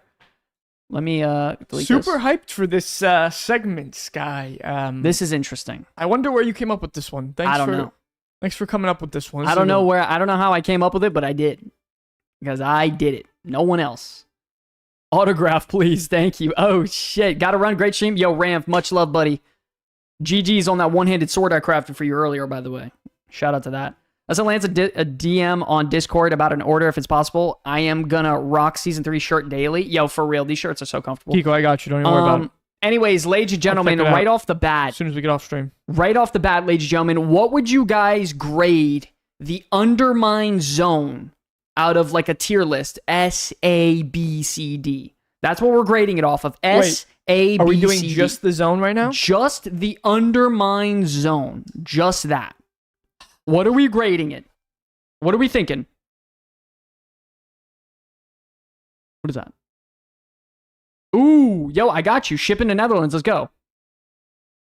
I'll have Lance DM you. Can you maybe DM Lance in the Discord? Yeah. The Wishmaster? If anything, I could figure it out through stream, if anything. Okay, we got D, B, C, B, A, C, B+. Oh, swamp ass is freaking crazy. A, B, D barely went there. Oh my god. I'm going to be honest with you. Yeah. There has been times where I've C, logged C, in. B. Okay. And I've been like working at home on the days I work from home. And I'll go into the Undermine, leave my character there, tab out, and just let the music play. Okay. Okay. I Hard D, insane. D barely went there. Solid A, but it needed an actual racetrack, like big NASCAR. That's actually 100% true, by the way. Yeah, and we're going to talk about that in a second. Honestly, when it comes to the actual zone and the theme of it and everything going on in general, like with the music and atmosphere, I would say it's an A for sure, in my opinion. The music, I thought... I'm talking about music. The side quests were all... I really enjoyed the side quests there. Okay. I liked just the vibe. That freaking, like, New Jersey, Italian, mobster vibe was cool. Okay. I liked that it felt more like a city than any city we've ever gotten. Okay. I thought the shipping and handling weekly was pretty cool. Okay. Scrap was pretty fucking ass. I didn't like doing scrap. Okay. Yeah, I really liked it. I'd probably give it an A. Okay. A plus. You would give it an A plus? I would say an A for me, because it comes to the point where it is a tiny bit, like just a tiny bit goofy, because not a lot of people buy into the whole car, the goblin, the aesthetic, the hey, how's it doing? Like, how you doing? Like the whole thing. Some people don't buy into that. So, and that's fine. But at that point, I would consider it an A personally, because of pretty much everything that you just said. But it could also come off as a little bit goofy and not serious, like, threat-wise. I would personally rate it an A. That's just me personally. But it is that. It was goofy, and I think they nailed... I think they were going for that. Okay. What about... It's supposed to be goofy. Guys, what about... This is an important one, and we need all your opinions on this, dude. What about the drive mechanic? What would you guys grade that out of S, A, B, C, D? What would you grade the drive mechanic? Would you want them to bring that back? Now, I'll let you know right off the bat that I thought it was a really cool idea. Okay? But Blizzard and their vehicles, because it was based off of like a vehicle, like your inside a vehicle design, and one of the biggest problems is, like, I kept bumping into shit.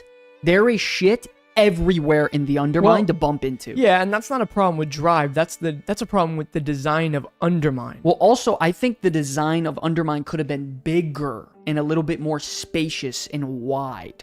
The Undermine was pretty small. I love the idea of Drive, and I love drifting, and I love driving, and it's fast as shit. It is so fast, and I find it substantially more fun than dragon riding. But dude, every 2 seconds, I'm bumping into something. But could you imagine going through all of, like, Azeroth in your car? Bro, how fire would that be? Like going through Eastern Kingdoms and driving through the zones. Like you have an actual race of like, we're going to start at That would be Stormwind. sick. Like we're going to start at Stormwind and we're going to go, I mean, to fucking the Undercity. That's the end. So you have to go through all of there, maybe through the, Iron Forge, get out there, go down the mountain. Like, dude, that would be insane. 100%. It would feel so good in the open world, drifting with a lot of space and everything involved. But the problem is in the Undermine, dude, there's no fucking room. There's no room. Yeah. Give me the space. How many of you guys would use the car in the open world? Genuinely. Like, would you try to use it over dragon riding? Because I'll tell you right now, I absolutely would use it over dragon riding. It's not even close. I want to drive fast as shit. I want to drift. I want to freaking do the races. Bro, that shit is awesome, in my opinion. Yeah, and it's fast enough to where if you're in a place that's better designed for it, it's I would opt into it over dragon riding. Okay, we got a couple yeses, Because a couple no's as well. It can go fast enough to where you think, yeah, it's cool. It's just fire, in my opinion. It would be nice if they could figure out a way to do it with more options and you didn't just have to use a car. Like, shit, I have a bunch of motorcycles I'd like to use now. Yeah. Right? Or things like that.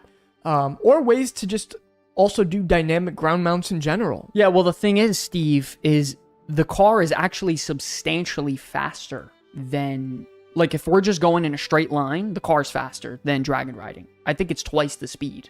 Because I think you go up to, like, 1,700% movement speed. The problem is that the second you touch anything, you bounce backward. And all your momentum is lost. That shit is lame. Not only that, there wasn't enough open space to where I can, like, freely drift and then push hard as shit. Like, that it could have been so much better if that was the case, but I think it was really limited in the Undermine. We're getting bumped into shit. The controls are still a bit wonky on how you drift and how you make it happen. I would say the drive idea was probably like a B+ to an A, but the execution of it was probably like a C. If you want me to be real, if we have to be real here, don't get me wrong, I'm a Blizzard shill, and I think they're fucking doing amazing work. But the execution of it wasn't the best. Max, I love you, buddy. Take it easy. I would probably say it's a C+. Yeah. Drive is probably... The idea is so good, but it's so good.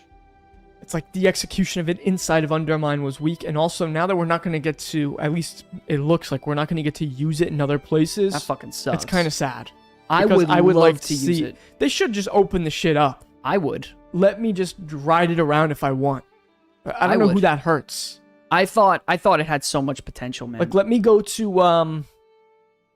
What's that zone? Oh, actually, that's flooded now. Yeah, but it's flooded now. Yeah, Gonzo. I'll see you later, buddy. So never mind. Shout out Cataclysm. But look at that, man. I would love to drive with like a rogue in World PvP. That shit is so cool, dude. Oh, man. The potential's so there. Okay, next one. Now, what did you guys think about the Liberation of Undermine raid? What did we think of that? Overall, S, A, B, C, D.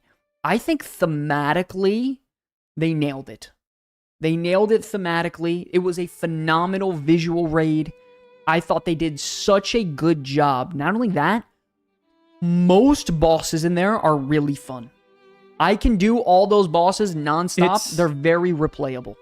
As people are saying in the Twitch, I think the raid is it's a solid A. Yeah. And it's a solid A. It's a strong A. You know where I think they fucked up? And it feels like there should have been like 2 extra bosses. Oh, Hellrend. Read it out. I like dragon riding, but the feeling of the car is awesome. I also thought it was satisfying to make it throughout tight places intact. Yeah, that was cool too. Once you get it down, like, it's so much fun to use the car, bro. Like, I don't know what to tell you. Like, there's really no other way around it. It's so much fucking fun. Zero, by the way, that's exactly what I was just about to say. Once you killed everything, you should have been able to go there and do some shit in the casino. Okay. Let me pull a slot machine. Let me sit down and literally integrate Hearthstone into it. Okay, story time. things That's fair. That's That'd fair. be cool. Also, I would have liked. Cherry didn't do it yet. Okay. There okay. was the whole pirate zone where the Blackwater are in Undermine. There should have been a boss. There should have been a boss there. For sure. That was I on agree. like a pirate ship shooting agree. some shit at you. There should have been stuff going on there. With that being said, there was some awesome Juan boss Epstein, fights. love you, buddy. Take it easy, man. Have a good night. Have a good one, Juan. Thanks for hanging out once again, Juan, dude. There was some amazing fights. I think Sprocket, Amazing. love that fight. I mean, the worst fight in there is The first boss. the first boss, and then they're the worst too, and then everything else is A or S tier in my opinion. And then it's the first boss, and then what's the I'll let one? you say it. The slot machine guy, right? No, One Arm Bandit's cool. I thought that shit was whack. It's not this. The worst boss is the one. What's that one? The freaking turns you to the junk.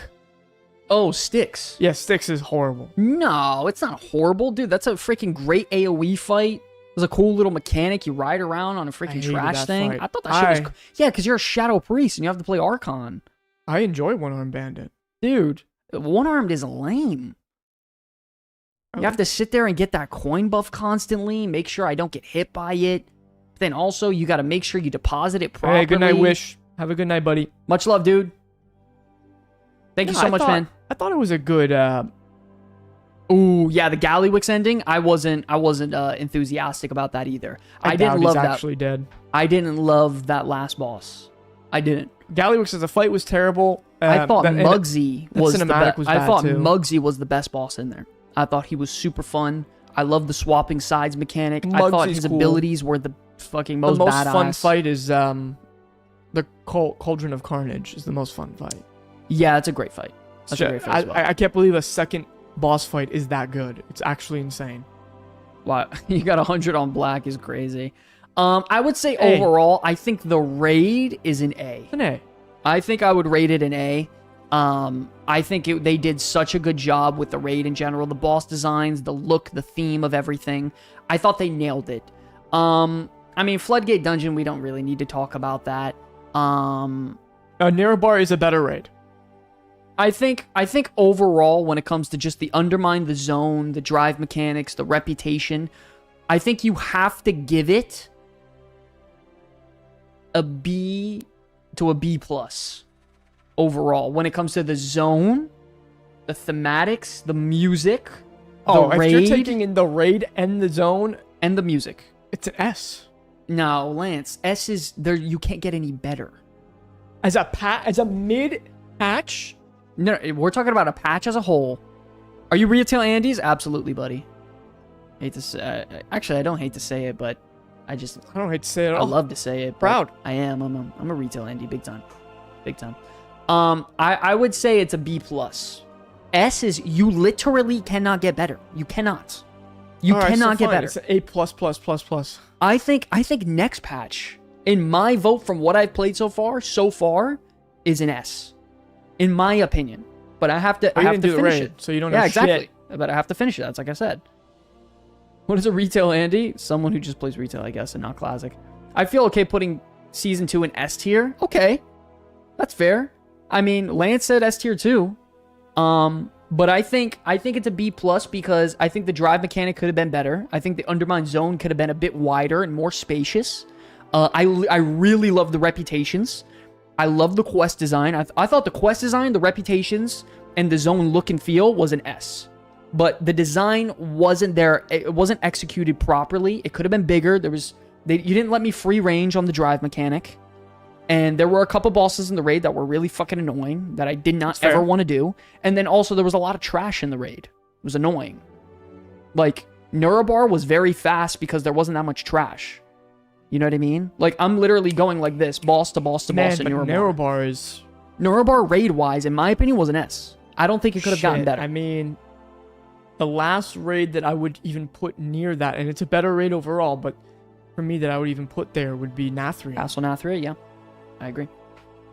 And Nathria is better overall. But Nathria also has some fucking stinkers. There's like the one Huntsman stinker. boss. Yeah, and that's the bad, Huntsman. but yeah. also, what is it? Hungering Devourer or whatever is also an ass fight. Devour? Yeah. Which one was that? The one with the lasers. Nah, that was fine. I hate that There were boss. parse moments in that where he had like 100% damage increase, right? I thought there was. Whatever. I hated that. That shit was Oh, you know fun. what else? There's another one. That one with, what was her name? S tier raid for sure. Yeah, Nurabar was, in my opinion, the best raid. I mean, so I like far. every single raid in Nerobar. Boss. I like every boss. Every boss has its place. The first one's the worst for sure. First one usually is. But then every boss after that is pretty good, bro. I liked all of them after that. Nurabar was phenomenal. Rarely has a patch been able to keep me playing like this since Legion. Exactly. So I think they did overall good with the 11.1 launch. You know what helps with that is the fact that there was new shit coming out every 8 weeks. Every 8 weeks, yeah. Okay, moving in now. I think overall with the 11.1 launch, it's a B+. I think that's what we're community rating it as. Overall grade as of right now, B+. B+ for that. Now, 11.1.5, the Nightfall patch. Ladies and gentlemen, guys, listen. Do not forget, we need your opinions here. We need your opinions. Guys, come on. We need your opinions. 11.1.5, the slow drip time gating content ideal. What did we think about them slowly giving us the content instead of all at once? I'll be the one to say it. I'll say it right up front. I don't care if you guys hate me or not. I thought it was a good idea. I thought it was a good idea. This is going to be a really hot take. A lot of people are going to hate me for this. I know. I liked it too. I know. People are going to hate it. Hey, pick me real quick. But let me tell you why. You pick me?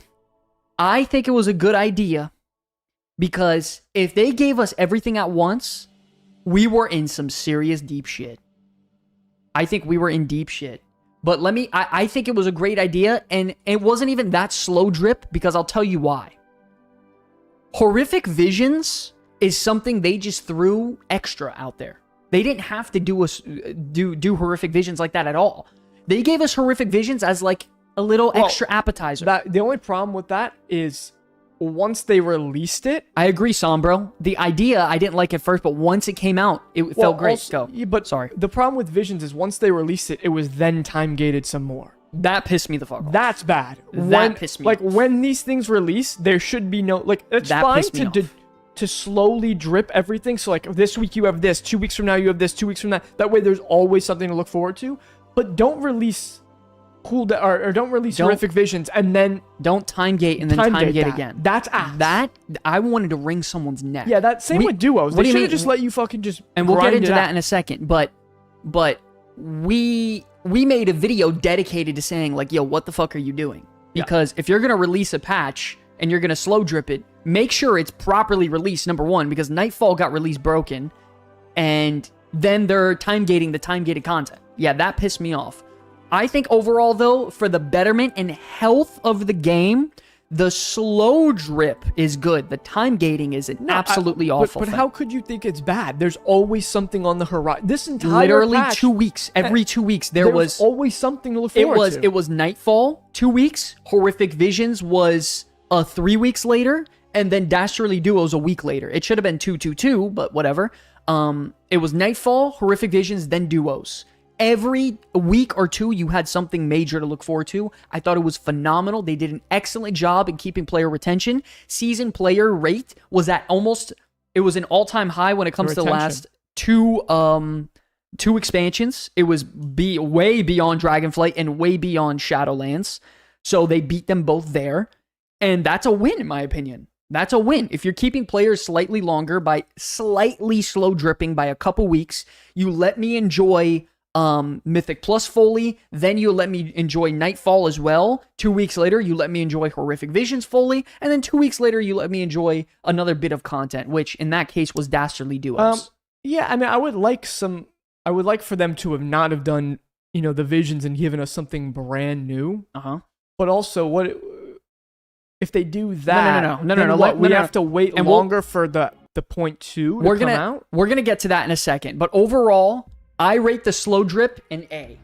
It's not an S only because... It's a B. It's a B because the implementation was ass. Well, hold on a second. Maybe even a C.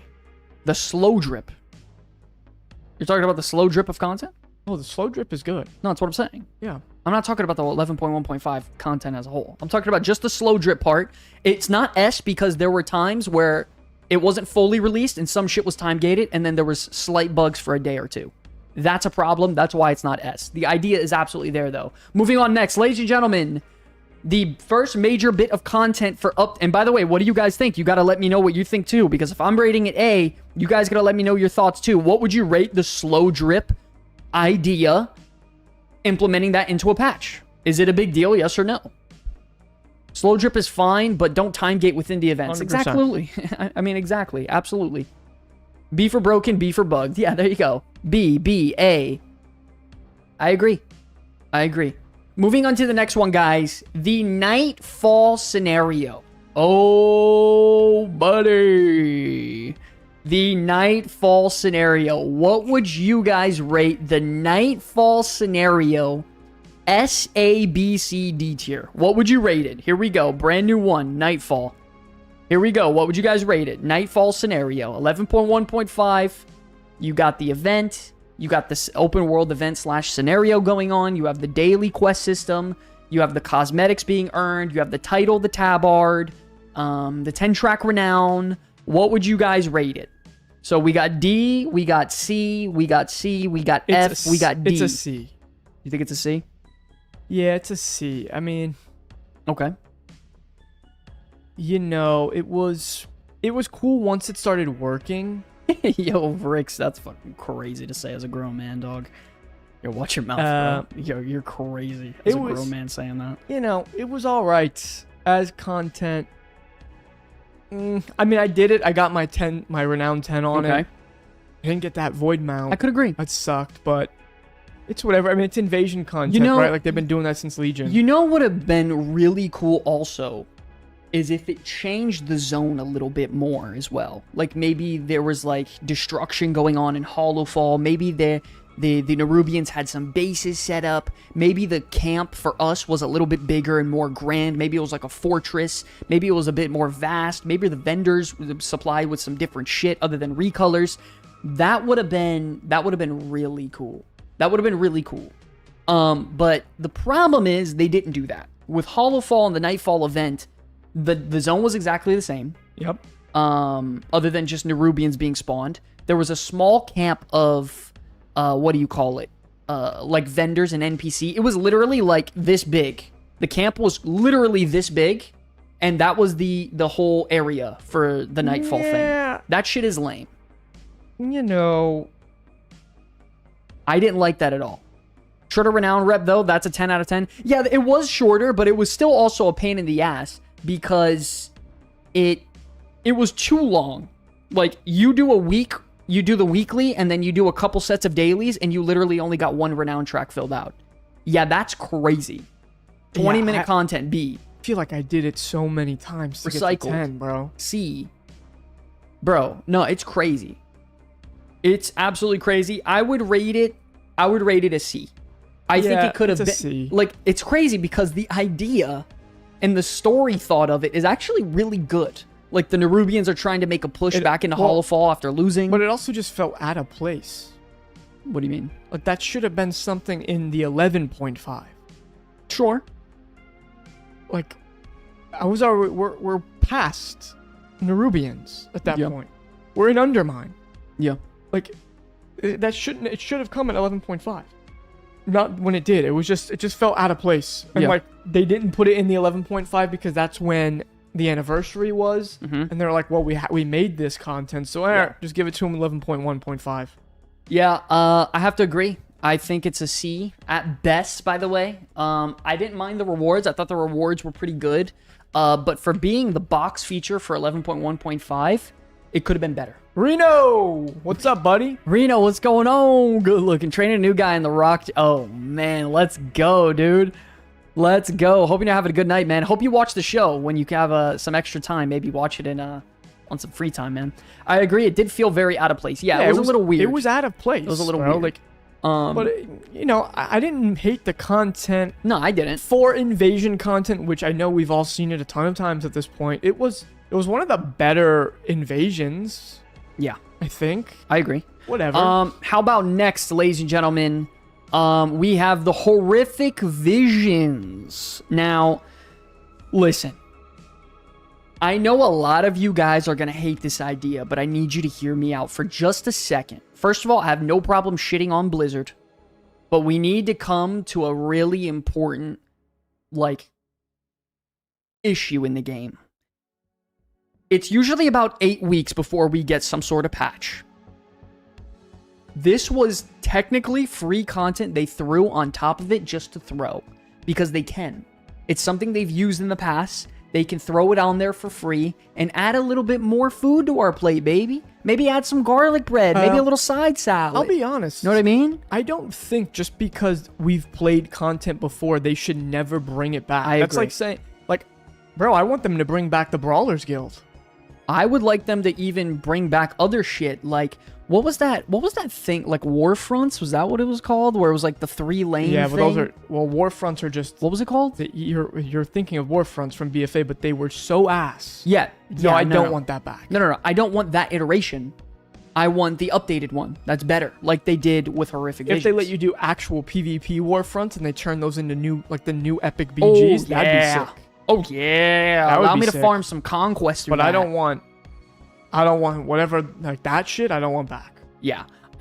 They threw us a bone. Exactly. They threw us a bone. They gave us something that they didn't have to, but they did for extra content. And in that sense, it was a good idea. It kept me busy for 2 weeks.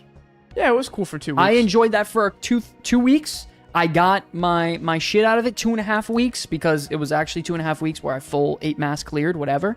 And I bounced. I did my thing and I bounced. I didn't have to do it again. And it kept me entertained on top of Mythic Plus and continuing to raid. And not only that, gave me a little bit of power, gave me some cool cosmetics, made some content out of it, and it was fun. The cosmetics are cool. Yeah, and I thought it was cool. So in that sense, in my opinion, I would say it's a B+.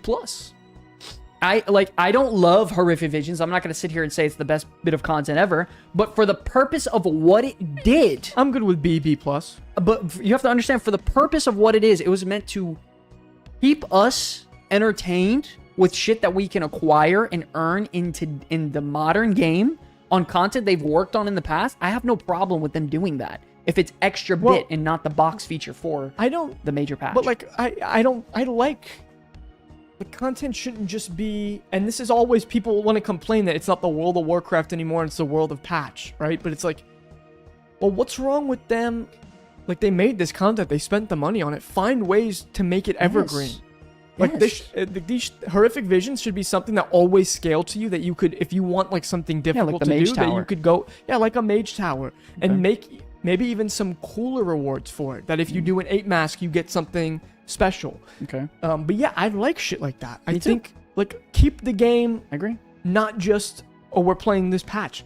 Let's make it a world again. I like it. Sure. Next up, 100%. ladies and gentlemen, we all have to answer this one completely honestly. Don't bullshit me. Dastardly Duos. What are we rating this? S, A, B, C, D, F. I'm not going to say it yet. I I'll be want real to with see you. your guys' opinion. I think that they should not have come out as late in the season as they did. Agreed. I think it should have came out 2 weeks, and then Horrific Visions is the 4th week. I think because they're actually kind of fun. But I'll tell you right now, this shit is absolute hot dog water tier. Dastardly Duos is not good. It is not good content. It is not good content. There's no rewards to it that's actually meaningful. That's the problem. Even the cosmetics and toys are absolutely terrible. That's the problem, because that's the only problem. There's no cosmetics and toys, and there's no player power. Why the fuck would I ever do it? It is absolutely hot dog water tier. They should F tier have. They rewards. should have made it so that I didn't even go into it one time. That's crazy. But what they should have done is if you got like the max a rep or whatever for it, they should have given it to you so you got like an enchant that had gold coins falling from your weapon. Sure. Sounds That'd be cool, but sick. they didn't do any of that. Nah, it was, you know, My mom thought it was cool. Or it's cute. Yeah, Brawlers I mean, Guild is definitely better. 100%. it Yeah. was bad. Which is bad. Only had to do it once a week and points didn't matter for rewards. Yeah, no, guys. This is absolute bird feed content. No bueno. Don't bring this back. Don't bring stuff like this back. And it's important to voice your opinion on something like this. So if they ever see something like this from a content creator or from the community, you let them know this is shit. Do not feed into bad behavior. It's very important if someone does something wrong, whether it be your kid, whether it be whatever, do not feed into bad behavior. Inappropriate. Bad. No. It's like training a dog. The idea was good. You're going to bite my shoes. We ain't doing that here. I actually like the idea. No. No, I like You ain't bite my putting shoes. us in an arena is cool. You're not going to draw on my wall. It was if you're a executed baby. horribly. You're not going to draw on my wall. No. We're not feeding into bad behavior today. It was a bad event. And we're not going to gaslight anybody. Kendall, what's going on, good looking? Put a shock collar on the duos. That's crazy. And then lastly, ladies and gentlemen, we do have the integration of the cooldown manager. We were talking about this a little bit earlier. The first integration of the cooldown rater. What would we rate this out of S, A, B, C, D? It's a C. I would rate it a B. I would rate it a B. It requires 0 add-ons. It's very, very, very easy to use. And you can get shit out of it. You get enough. It can track your offensive cooldowns. It can track the, like, somewhat debuffs going on and some of your proc effects. Yeah. I would rate it a B-, actually. B-. That's what fair. I would say. Needed more? Absolutely. It needed more. Very excited for- for the new fixes, Yeah, no. It needs work, exactly. It needs a lot of work. which they're doing, clearly. B, because I said it and forget it. There you go. No resource manager, no care. Yeah, there you go. So I would say B-, C+. You know what? What? C+. Let's just go C+. I agree. And not to stay classic plus, guys. Oh, buddy. So overall grade, we have an A, a C, a C+, a B+, and an F. That means overall... It's a C. Yo, the F drags that down big. Dastardly Duos is a son of a bitch. Probably a C+. Let me show you guys what we're looking at here. Okay. All right, buddy. Jesus, criminelli. Come on. So with the 11.1.5, we have the slow drip time gating is an A, Nightfall Scenarios a C, Cooldown Manager is C+, Horrific Visions B+, because it's free content, and then Dastardly Duos is an F. What would we rate that overall, guys? Help me come up with a grade here. Overall for the 11.1.5, overall. It's like a C+. Awakening the Machine? Holy shit. Yeah, it's either B- or C+, so we're stuck. Which one do you guys think it is? Yeah, but that comes in 11.1.7. That we'll talk about that in a second. That's all this. The Legacy Aerithor update. Oh, you know what is not in that update, though? D-? No, it's not D-. What about the turbo boost was 11.1.5 too? And that's I not would- in that event. I would put it as C.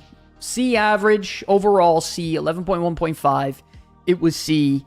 It could have been substantially better. It could have been substantially better. The F is fucking dragging this thing down big. I will say, though. The F is really making this a brutal argument. It's going to make it difficult. I'm just going to be real. That's a tough sell. That's a tough sell. Trying to somehow say, hey, Dastardly Duos is not the worst thing in the world. It's impossible. Moving on next, ladies and gentlemen, we have the 11.1.7 Legacy of Aerithor update.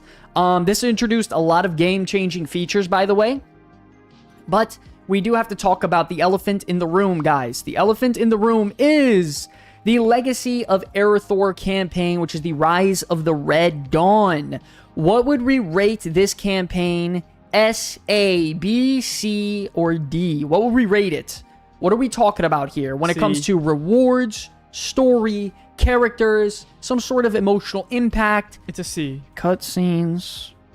What would we rate this? What are we rating it? I'm going to be honest. I would rate it a... It was a C. I would rate it a C. I think I would. The only thing saving this were the shoulder pieces and the two tabards. Yeah, they were fucking awesome. I thought all three designs were really good. Even the Horde one, by the way. Cutscene E tier, that's tough. Yeah, the final cutscene was really bad. All the other ones weren't that bad, by the way. Don't let people, like, fucking mind control you Well, with the their story comments. was also, like...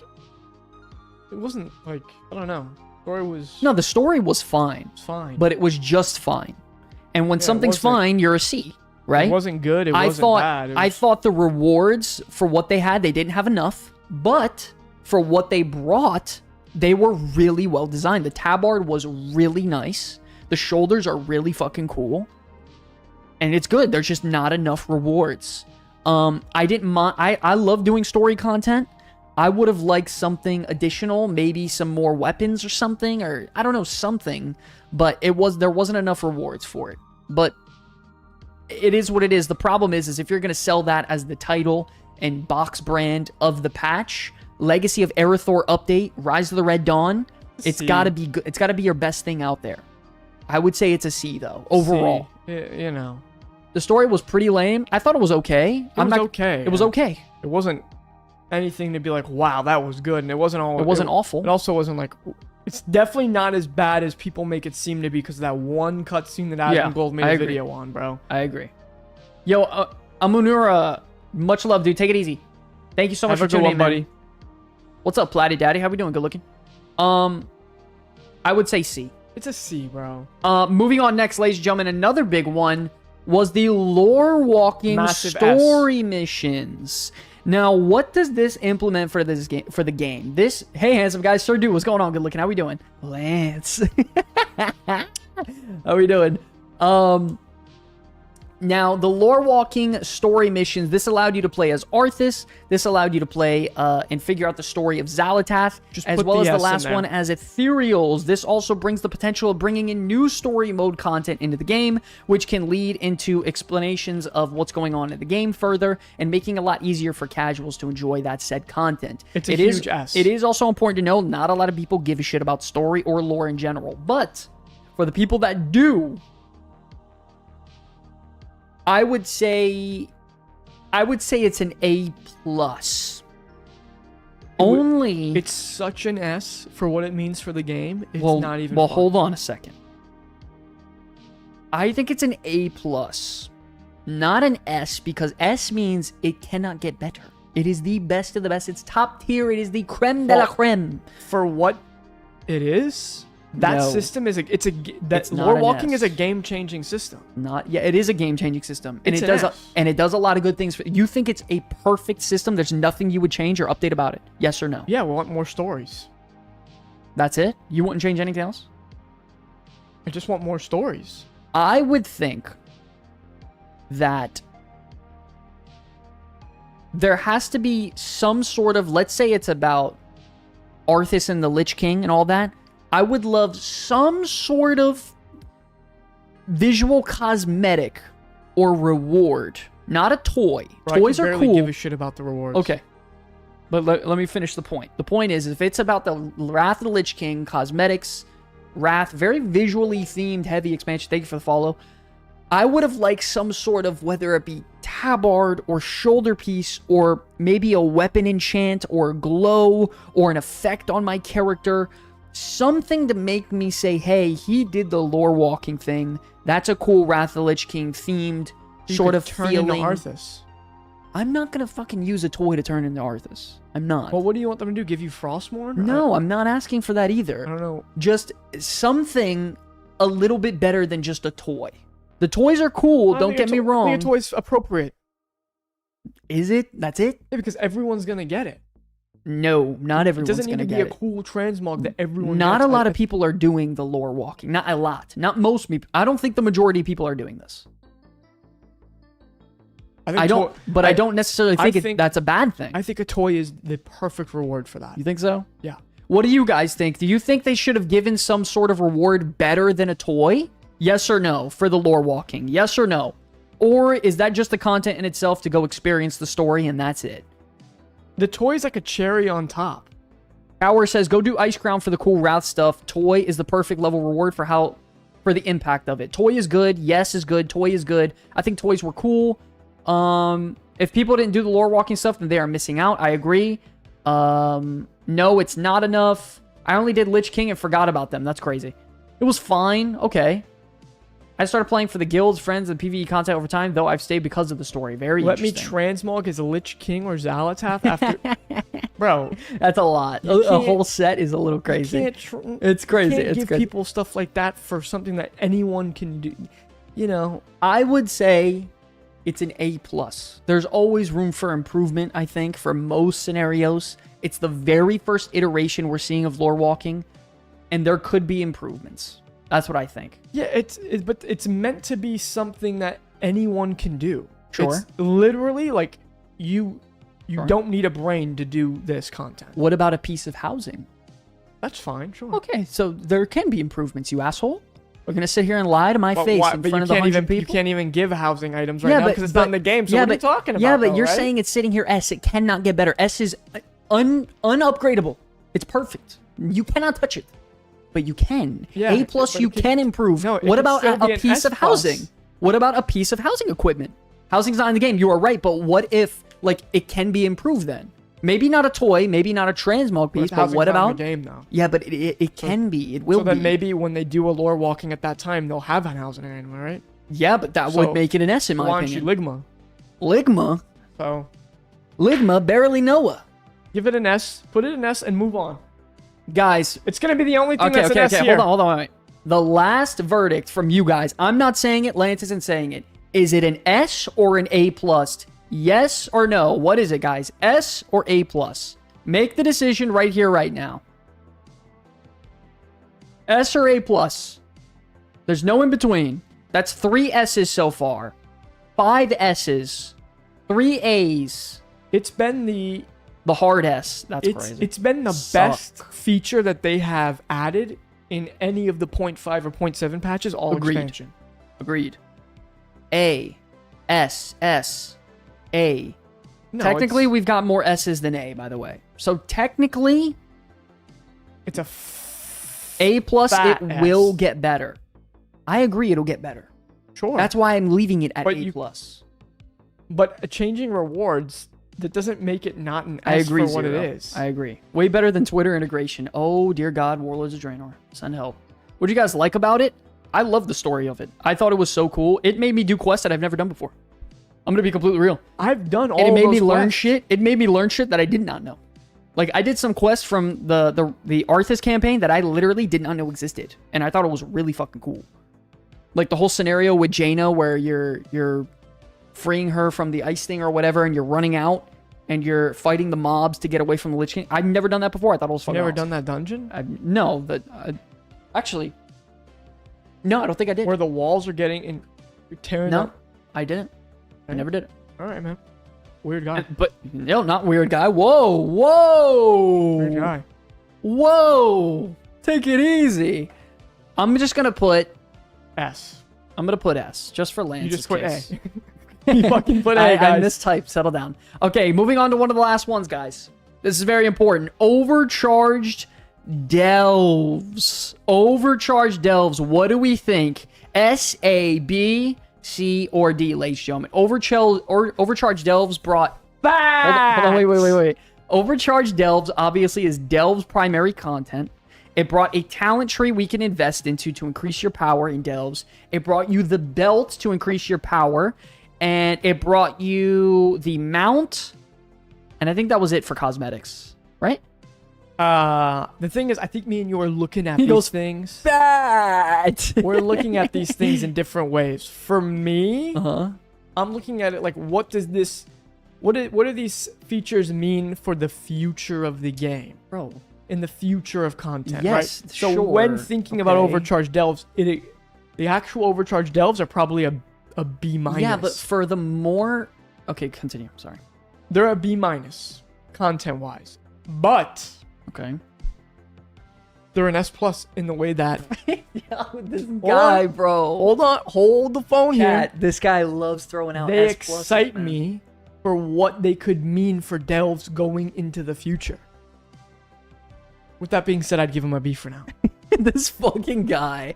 Listen, I thought the rewards of what you got was pretty good. You got the belt and you upgraded the power. I thought that was cool. I thought the idea of making it like heroic delves and a little bit more challenging, I thought was cool. I still think boss design in delves are absolutely atrocious and they need to rework them to make it feel more like Torghast, because Torghast bosses, whether anyone wants to believe it or not, they were fun to do. Believe it or not, it was fun fighting some of those bosses. It was a blast. It felt more like a boss fight than Delves, to where Delves boss fights are a fucking snoozer.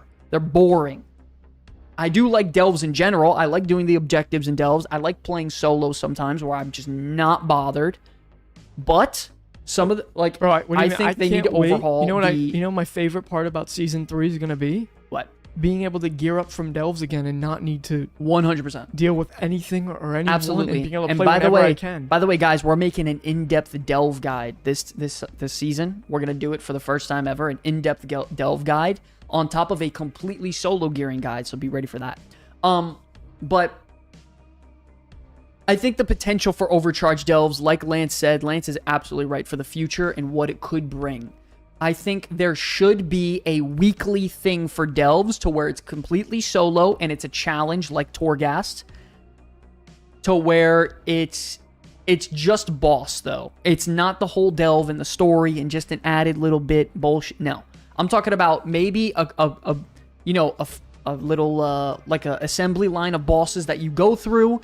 And if you do it accordingly or whatever, I mean, I'm not a fucking designer. This is just an idea. Delve boss rush weekly would be... it would be cool. Fire. And you get some good rewards, and it's just a weekly, so it's like a solo event for you. What if they just kept sending bosses at you one after the next, and they kept getting harder? Jesus. And the longer you go, yes, maybe the more, I don't know, undercoin you get or something. Let's do it. Figure something extra out. Undercoin and maybe rep. Yeah. That would be awesome.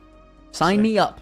That sounds way better. That like I would make that an event to be like, okay, every Saturday night I'm gonna grab a fucking meal. Or every time for every milestone you hit, it has a chance to drop one of the Delve cosmetics.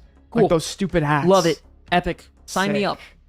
Sign me up. I love it. It doesn't have to be player power, just like cosmetics and shit like that. Undercoin cosmetics, stuff like that. Yeah, but they would have to balance it accordingly. To make it to where tanks can't just fucking be unkillable. So you can't be a blood DK. Well, there would have to be like almost like a debuff stacking thing to where you can't just cheese it. You know what I mean? Also, warlocks. No, a warlock Felguard pet would just get one-shotted. Trust me, you can't do demonology on some bosses. System? What, to go in alone? Yeah. What do you mean a queue system for like to queue up with other people? What's the point in that? You don't need to. You just queue up alone. Honestly, I'm gonna be real. I like love going in there with alone. People, bro. I hate doing delves with people. When you do delves with other people, I don't even like doing them with Lance. Yeah, it's just because the mobs just end up taking like they just become sponges, bro. I agree. It becomes a pain in the ass. Yeah, I absolutely agree. But I think what this can mean in the future, I really strongly believe that in Midnight they could make something to where it's a weekly delve thing that's solo, kind of like the Delver's Bounty right now, but something substantially cooler than just pressing right click and I get a free hero piece that's random. Something substantially cooler. What about it's something a little bit harder, more cool? So he could queue and just teleport to it? That's lame. I mean, we're gonna have portals. We're just getting to the point. Anyway. Yeah, that's what I'm saying. But also, we got the Delver's bot to take us to one. But also, now it's just getting to the point where it's just I could just sit in Dornegal and literally not have to go anywhere anymore. I'm okay with going there. I don't mind taking 2 minutes to travel somewhere. It's not that big of a deal. But my point is, what was I saying? Oh yeah. So rather than it be with the treasure map, you right click it, you get a free hero piece. It's something a little bit different to where it's a little bit more content where it's just cooler in general. But then maybe at the end they give you like one of those 3 cards, like 3 little items pop up on your screen, and then you get to pick one item. That's a hero piece instead of it just being completely random. That would be really fucking cool. That'd be cool. Maybe a hero piece, maybe some extra undercoins, some cosmetics. The thing is, though, I understand why they make Delve loot super RNG to give it some sort of longevity to it, because if they didn't do that, then the people who just play Delves would be done with them in fucking 2 weeks. Of course. And you also have to limit the amount of bountifuls they can do as well. You have to. Yeah. That does not change. But how cool would it be if even there was like maybe the rare 1% chance you can get like a mythic drop, like actually, a legendary roll, or something. In this season, was there like, I remember in season 1 there was a way when you killed Zekvir that he would drop that weapon, the caster weapon, and it was really fucking good until you got your myth track weapon. Did they have that for Underpin? Oh, the one where the Weaver's Web, and it would like you click the offhand and then you could pick no. which main hand you get. No. That was fucking cool. No, they didn't have that. That was actually epic. They should do something like that again. By the way, I loved that they did that. Yeah, I remember I got it. I was super hyped. Yeah, I got it. You did like a little mini quest chain. You went there. You combined the two. It was like a little mini event. That was fucking awesome. Yeah, that was freaking dope. Yeah, that was epic. That was a lot lot of of fun. fun. That again. Yeah, they didn't do that again. So that kind of sucks. You can still get it in season 2. Really? Yeah, but did you get it from? I didn't get it. Did you get it from? Because the Underpin definitely didn't drop it, or unless you did. But did you get it from? And I did Vault? a lot of delves. I did a shit ton of delves. Wait, actually, maybe I did see it in my vault one time, but I had already had my myth track weapon, so I didn't need it. Okay, anyways, I think the overarching idea of overcharging delves, how it was executing, and what it can mean for the future, it's a B+. B, yeah. B+. B I plus think is good. I think delves need some work in terms of design because a lot of people don't find them fun. I love delves right now as they are, but it's got to be improved. It's got to be improved. Moving on to next, the assisted highlight and single button rotation assistant. S, A, B, C, or D? I mean, What are we thinking? I don't use it, but I think it's for the people that need the one button because Guys, you got to let me know in the chat. S, A, B, C, or D? The assisted highlight or the single button assistant? What are we thinking? I mean, how many times in our comments did we get people who say, I had a stroke, I can't do this, I have this problem, or I have this problem, or this problem, or this problem, and they get to play the game again? For those people, I mean, I gotta say it's an S for them. Yeah. The button assist is good too, so I think overall it's good for the game. It's A for the future of the game, I no think it's question. an A. Yeah. I think we can all agree here it's an A. It's an A. It does need work. I do think one button is too powerful right now, so it needs to be brought down in power. Too powerful. Is it? Is it too powerful? I mean, we'll have to see with, the early raid testing and everything. I would love to see. Yo, guys, listen, results if you're on doing that. shit damage in my raid, I am going to ask you to turn it on. This is going to be really interesting because this is going to be the first tier where it's live, in action, everything good to go. Zero, I think you really need to look up Final Fantasy 14, by the way, because there's a lot of people playing that game. I think we can all agree A. I don't want to beat a dead horse here. There is great potential here. It's amazing for people who are handicapped, and there's some good shit. There's some goofy shit. It can be improved, but it's great for the betterment of the game. And don't let people fool you. If you're getting out DPS by the single button assistant guy, by the way, that's not a him problem. That's a you problem. We got to work on you. And that doesn't mean go use the single button assistant. Maybe you should start using the assistant helper to sort of get an idea on what the hell you're doing. And that's not a bad thing. To get some help and to try to figure out how to do better, there's nothing wrong with that. There's absolutely nothing wrong with learning how to be better. Nothing. And if you have a problem with that, that's a you ego and pride problem. And how can you have ego and pride when you suck? That makes no sense to me. No, it's true. It's not cool to do. You can't get offended if you need room for improvement. Like, let's be real. We're all adults here. It's okay. It's okay to not be great at a video game. I'm not great at World of Warcraft, but, like, I can handle my own. And if I can improve, you look to improve. It's as simple as that. It's not a big deal. Moving on next. The Greedy Emissary event. What did we think about the Greedy Emissary event, ladies and gentlemen? This is where it's the Diablo crossover. The goblins can spawn outside of the capital cities. They also spawn inside of the Undermine, and you can go farm them. You get the Hellstone shards. You get some rare cosmetics, maybe a potential mount, some other stuff, and then you can buy the tier sets that are recolored Diablo red themed. I'll tell you what, those sets are fucking cool. I mean, it was pretty bad for priest. Yeah, I didn't like it for priest, but I ended up buying the monk one and the DK one. That was pretty cool. Yeah. I give it a B.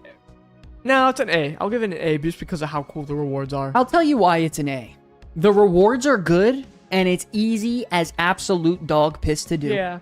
It is not long to do. It takes, I shit you not, 10 minutes to get an entire set. 10 minutes. You go in the Undermine, you rotate around, it takes 10 minutes to get a set. And that is awesome. You can get your cap for the day in, I shit you not, 30 minutes. And you can get 2 sets. So it is very easy to get. They're HD rendered, really, really, really well done sets. Obviously, they're just recolors of the anniversary, which is fine. I have no beef with that. They're iconic. They're class-based. I kind of wish they did a good job. For the recolors, they just gave us the TBC recolors of these sets. I like those more. Sure. I agree. I think we already had the anniversary. Maybe they're going to do it for the next anniversary coming up. Maybe they'll do TBC.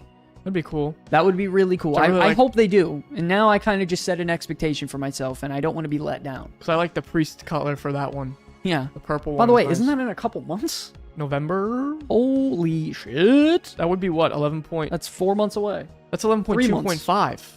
Wow. Yeah. That would be the 0.5. It would be around the 0.5, yeah. Hunter was crap. Yeah, I mean, you either like the Hunter set or you don't. So I think we can all agree that was an A event. It wasn't the best thing ever. It could have been improved. Well, 0. Every Hunter set is crap. Yeah, right about that. So, guys, this could be the best overall grade out of the entire fucking season. That's crazy. The Rise of the Red Dawn campaign was a C-. The rewards were pretty good, but the campaign itself was mid. There wasn't enough rewards. Obviously, the cutscene issues. It is what it is. Lore walking, S. It's great for the future of the game. The overcharged delves, B+. Excellent for the future of the game. Some good content. Whatever happened to Sod, by the way, that shit is dead in the water. Assisted highlight, single button assistant. Good for the future of the game. More casual friendly stuff. Greedy emissary, easy as hell to get some good rewards. It was an A patch. This was easily an A patch. It's an A patch. That's the highest grade by far we've had so far. By the way, I'll be honest with you. Lore walking alone makes it an A patch. So we have an A here. We have a C with the 0.5. And then we have a B+ with the launch of 11.1. So we have these 3 grades here, ladies and gentlemen, based off our community votes and consensus. So what would a B+, C, and A average make? I think it would just make a B+, right? Yeah. I think it becomes a B+. What I think it would, unless I'm wrong? Or a B? I would say B+. What do you guys think? B+ or B? Would it make it? Overall, 11.1 patch as a whole. 11.1. Oh, whoopsies. Let me not do that. 11.1 final verdict. So what would we rate it, guys? Let's go. I can't do this shit alone. It's a B. I only have 0 in here talking. Guys, we have 100 viewers on Twitch or on YouTube. Come on, let's get it going. What are we thinking? What's the final verdict? If it's a B+, a C, and an A. B. B, B+, B. That would bring the grade to a B by math. B+, B+, A-. Are we getting BC? Season of Discovery BC? No, Season of Discovery is finished. They're done. They're not making enough bread directly through SOD to keep supporting that anymore. Now with its 12,000 player raid logs, way less now. B+ because it's Save Mythic Plus. Shit, I forgot Mythic Plus overall for the season. And Collector's Bounty. Yeah, actually, fuck. And those are both Wait a second. Those are big. Collector's Bounty's S tier. Wait a second, guys. Those are massive swings. Collector's Bounty 11.1.7. 2K US server, yikes. We have Collector's Bounty and the Mythic Plus season overall. Shit. 6 out of 8 dungeons this season were awesome. And Collector's Bounty is an S tier event. S, for sure. It's amazing. You got to give the Mythic the Plus was A+. I think it's got to be an A. I think it's an A- overall patch Yeah, then. it becomes an A patch. I'm sorry. Yeah, it becomes an A patch. Right or wrong? Wait, guys, does that not make it an A- patch? Well, it was a B overall. It was a B patch before taking those. Yeah, things and into then account. you add Mythic Plus the Collector's Bounty. Collector's Bounty, in my opinion, was S tier, and Mythic Plus was A+. It's an A patch now. It's an A patch. Yeah, holy shit. 11.1 was an A patch. Yeah, based off that logic, because obviously Mythic Plus is a ginormous pillar, and then the areas where we were lacking on rewards and cosmetics and transmog overall, the Collector's Bounty made up With for. Collector's Bounty, it would be an A. Yeah, you have to. Yeah, it's an A. It's an A. 11.1 as a whole was an A patch. Yeah, no, for sure. Without a doubt, I don't even think it's a question anymore. Yeah, no, for sure. It's an A overall patch. I would put, like, I would die on that. I would die on that hill for sure. Collector's Bounty pushes it up a piss ton. It kept me busy this last 4 weeks. Huge amounts. Yeah. And Mythic Plus was the most fun I've ever had in Mythic Plus this season. Don't tell Kuzi that. Kuzi will He'll choke you to kill death. me for that one. I mean, overall, the War Within has been a banger. Yeah, I mean, 100%. It's in my top 3 expansions of all time. Yeah, absolutely. Absolutely. Yeah, by the way, you didn't even do Turbo Boost. Turbo Boost is an A in itself. Yeah. No, it's an A patch. It could even, there's an argument for A+. but we still have glaring issues. So it has to stay A. There are glaring issues. Actually, it's an S patch, best patch ever, so. That's crazy. That's crazy. Guys, listen, don't forget, we still got a goal today, guys. We're 2.5 hours. We're here. We're streaming. We're doing our show, The Comeback City. We're busting our butts on that merch for you guys. If you're interested, check the link really, really quick. And one more time, just for all you crazy cats, because we invested in a cameraman for the production on this. Check out the trailer for some of the merch, guys.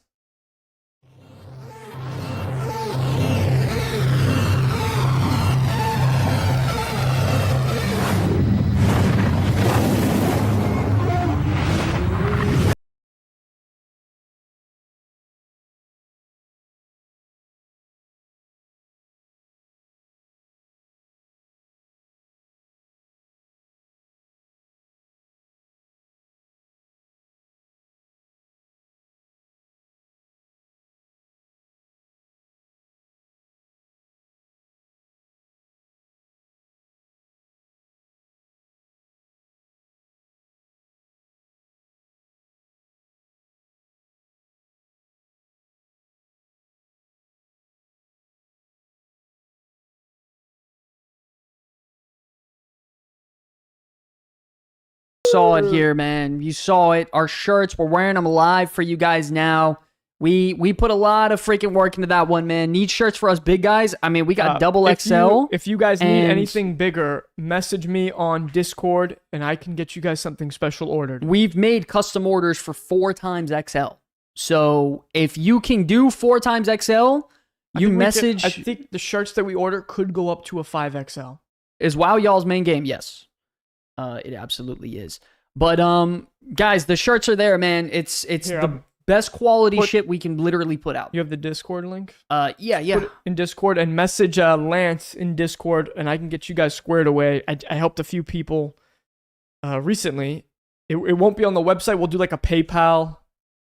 We do like a PayPal situation for that, but we can get you a special order, no problem, dude. But guys, we got that goal for the stream, man. If we can get it done live, we did get a bundle sold right beforehand. You got a Sharpie in this house? Sharpie?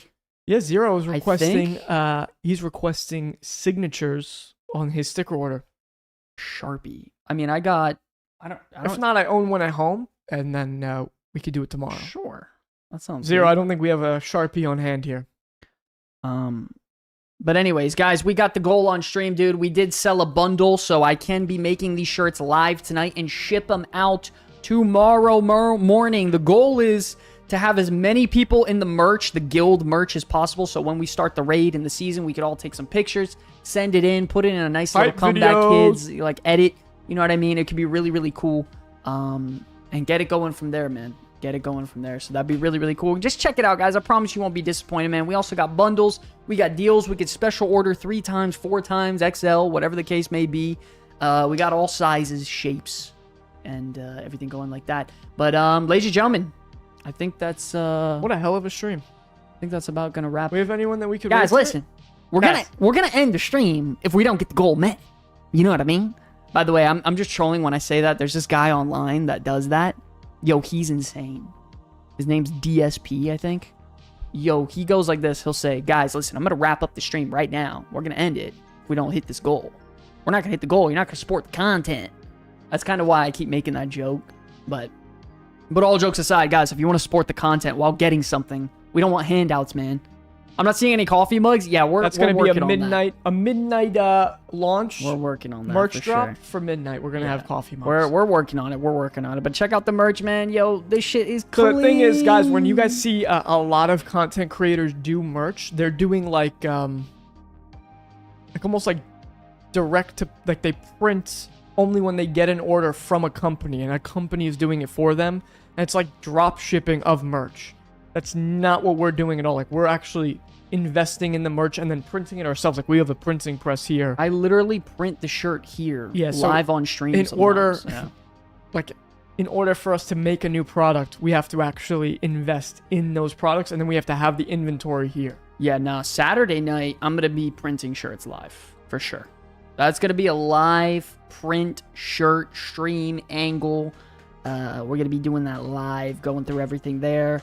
We're going to go through the final things because I don't think there'll be that much news at that point. I think it's pretty much wrapped up heading into the season. No, but this is going to be the first Comeback City episode. We haven't done a memory lane. Yeah. So we will have memory lane on Saturday. Yeah, we ran very late this time around. 10:50 is absolutely diabolical, guys. You want to, what do you call it? Raid Kalamazi, he's on. Or you could do your boy. Man. Is Hammer live? Yeah, he's live. Yeah, I'll give Hammer a little shout out. Guys, support the kid, man. Check out the merch. I promise you guys will get something out of it. We don't want handouts, man. No handouts here. Just check it out. I promise you won't be disappointed. Much love, guys. God bless every single one of you. We will see you this Saturday night for the next Comeback City stream, the last one before the season. And that's it, baby. Love you guys so much. My name's Sky. I'm Lance.